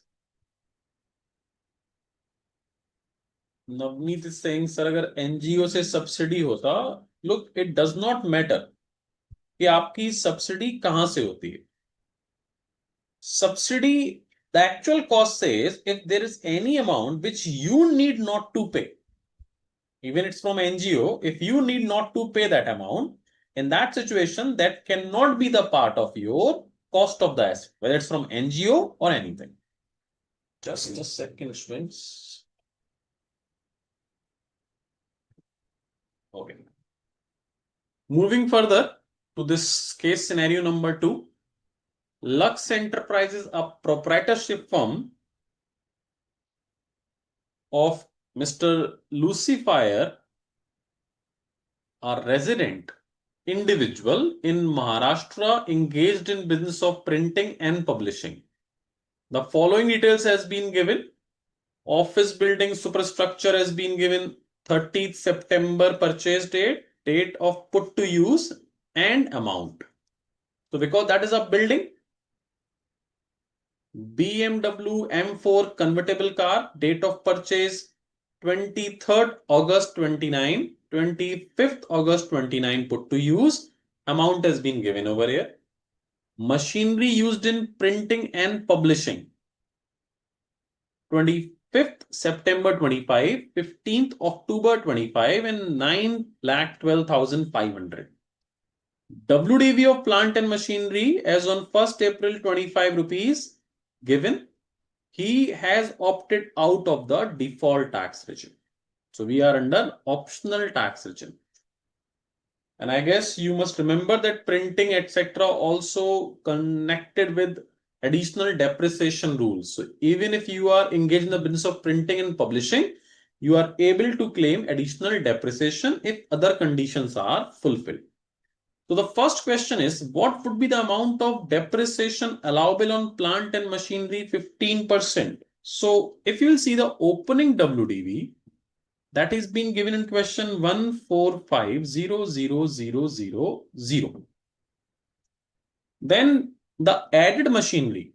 We have purchased the machinery on 25th of September, but put to use on 15th October 25, which is less than 180 days. This is 9,12,500 rupees. So if you will see that 14,50,000 is going to be charged at the rate of 15%, and this is going to be charged at the rate of 7.5%. So my depreciation would be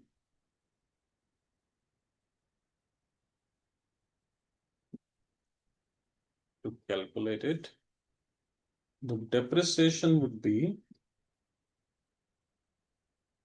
on plant and machinery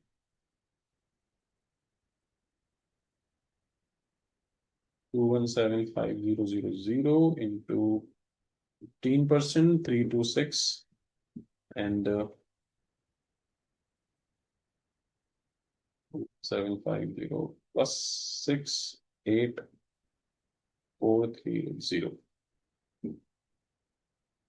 So it would be 2,859,380.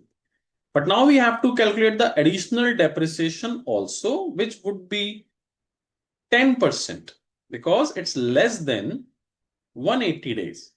So the additional debt would be 91250. So if we include this value, there is some 2,175,684,380. And if we go for additional depreciation, this is Additional depreciation on car we cannot claim because that is not used in the factory. So if it is not used in factory, then we cannot claim the additional depreciation on that. So the correct answer would be option B, after charging additional depreciation.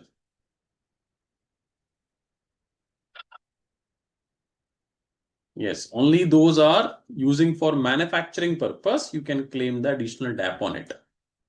So students, if you have any other query, you can ask. And there would be a class on day after tomorrow. I believe you must know about that at 3 p.m. in which we will see how to solve the examination paper and a lot of things which we did not cover in these classes, because in these revisionary classes we are actually just discussing how to attempt the paper. But what are the preparation that you should have done before examination, how to revise the provisions, what time you should give to every question in your examination hall, and other very, very minute things which can be very effective during our examination, that is going to be discussed in the class day after tomorrow. So I would be there with the ma'am, of course, and we will discuss a lot of things which would be different from these regular classes. Kuldeep is saying, I have a personal question relating to study. Aditya is saying story time. Sorry, Aditya, in the regional classes, we do not discuss the story time and the thought for the day because we have very limited time to cover a lot of questions and things. So, कब होगी class? Navneet is asking. It would be day after tomorrow, परसों, Wednesday, 3 p.m. And वो class YouTube पे available नहीं होगी, मतलब online YouTube पे live आप देख सकते हैं, रिकॉर्डिंग में आपको नहीं मिलेगी. So I would suggest please join that class because I personally believe if you are going to join that particular class, that can increase at least 10% marks in your examination by applying those strategies, those tricks, what we are going to discuss in that class. So I believe you should join that class. कैसे join होगी? YouTube पर 3 PM से start होगी, but वो उसके बाद 3 to 5 जब वो खत्म होगी, देन रिकॉर्डेड लेक्चर नहीं होगा. तो you can join from BOS, you can join from YouTube, but वो रिकॉर्डेड क्लासेस अवेलेबल नहीं होगी. So that's why if you are able to join at 3 PM live class, then only you would be able to join that class. Afterward, that would not be available on the YouTube. Navneet, आप 3 PM पे join कीजिएगा, chat होगी, view होगा, we can discuss about it, वो आपको पता चल जाएगा. Okay, so is there any query related with studies? I guess there is.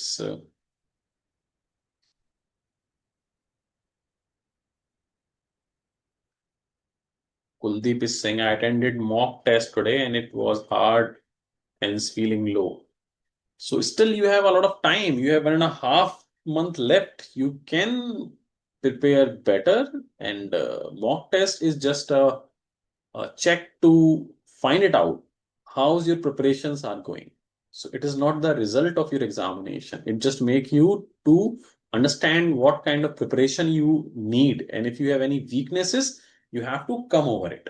So at least you will come to know your weaknesses, and if there is some chapters you are not able to solve, if there's some topics you are still not that strong feeling, then you have to revise it. And mock test, etc., is a very good thing for your preparations.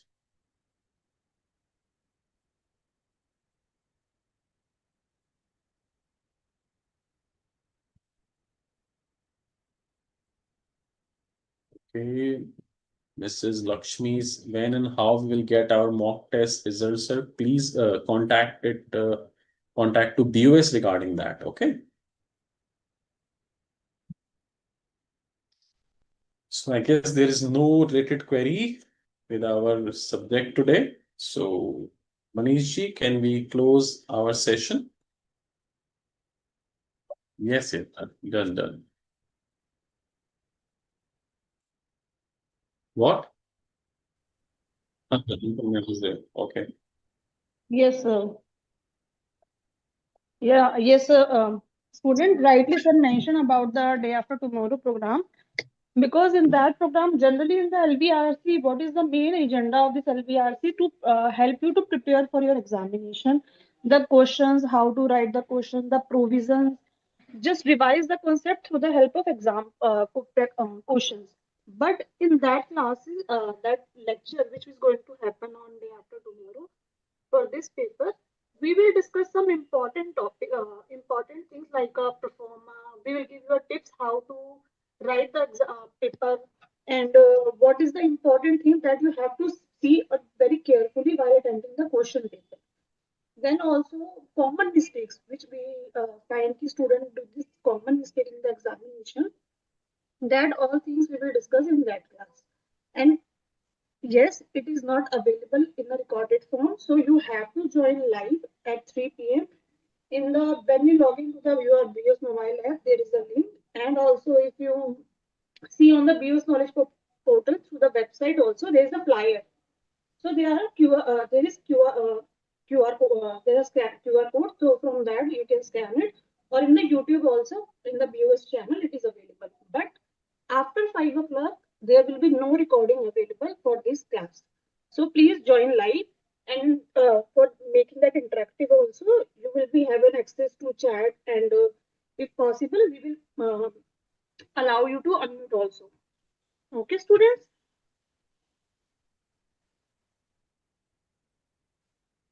Students, till now we have completed, I guess, PGBP. Your, I guess, 3 heads of income we have, sir has covered so far. If you have any doubt in any topic, any related till now, so you can ask.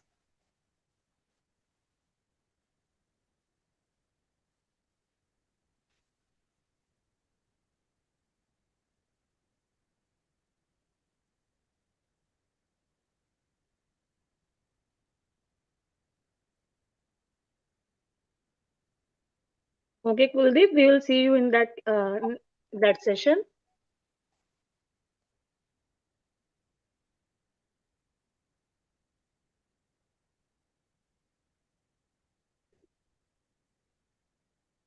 No query, sir, at my end. No, at my end also, ma'am. Okay. Yes. Just yeah, 1 second. Just Aditya is asking something. May I have a doubt in mock test? Um, how many times we can take it? There any limit? Aditya, if there were, for any attempt, there are 2 mock test series which BOS conducted. Okay, so if you are appearing in the branch, then definitely only at that when it is scheduled you can appear for the mock test papers. But if you are not till that time when mock test is scheduled, your preparation is not done, your revision is not done, so don't give your mock test paper at that point of time. You can download it later from the BBS knowledge portal, and then try to attend the mock test paper in the examination condition. Examination condition means closed books, and try to complete the MTP within 3 hours span of time. Then you compare your answer with the suggested answer of the mock test papers. So you will know ki, for that definitely judgment you have to analyze yourself only. You have to see the solution and compare your solution, because nobody will check on your behalf for that. So that time it is like a mirror check for you ki how much you have prepared and how much you are ready for your examination. So it can be an alarming stage, but don't go sort panic if you are not able to solve the MTP. Because still you have time to revise, to practice, and to clear any doubt in your revisionary classes or the BOS success at CA exam or to the board of studies. So take that as an opportunity. If you are appearing in the branch, then 2 times, because when it is scheduled, then only you can appear in the branch.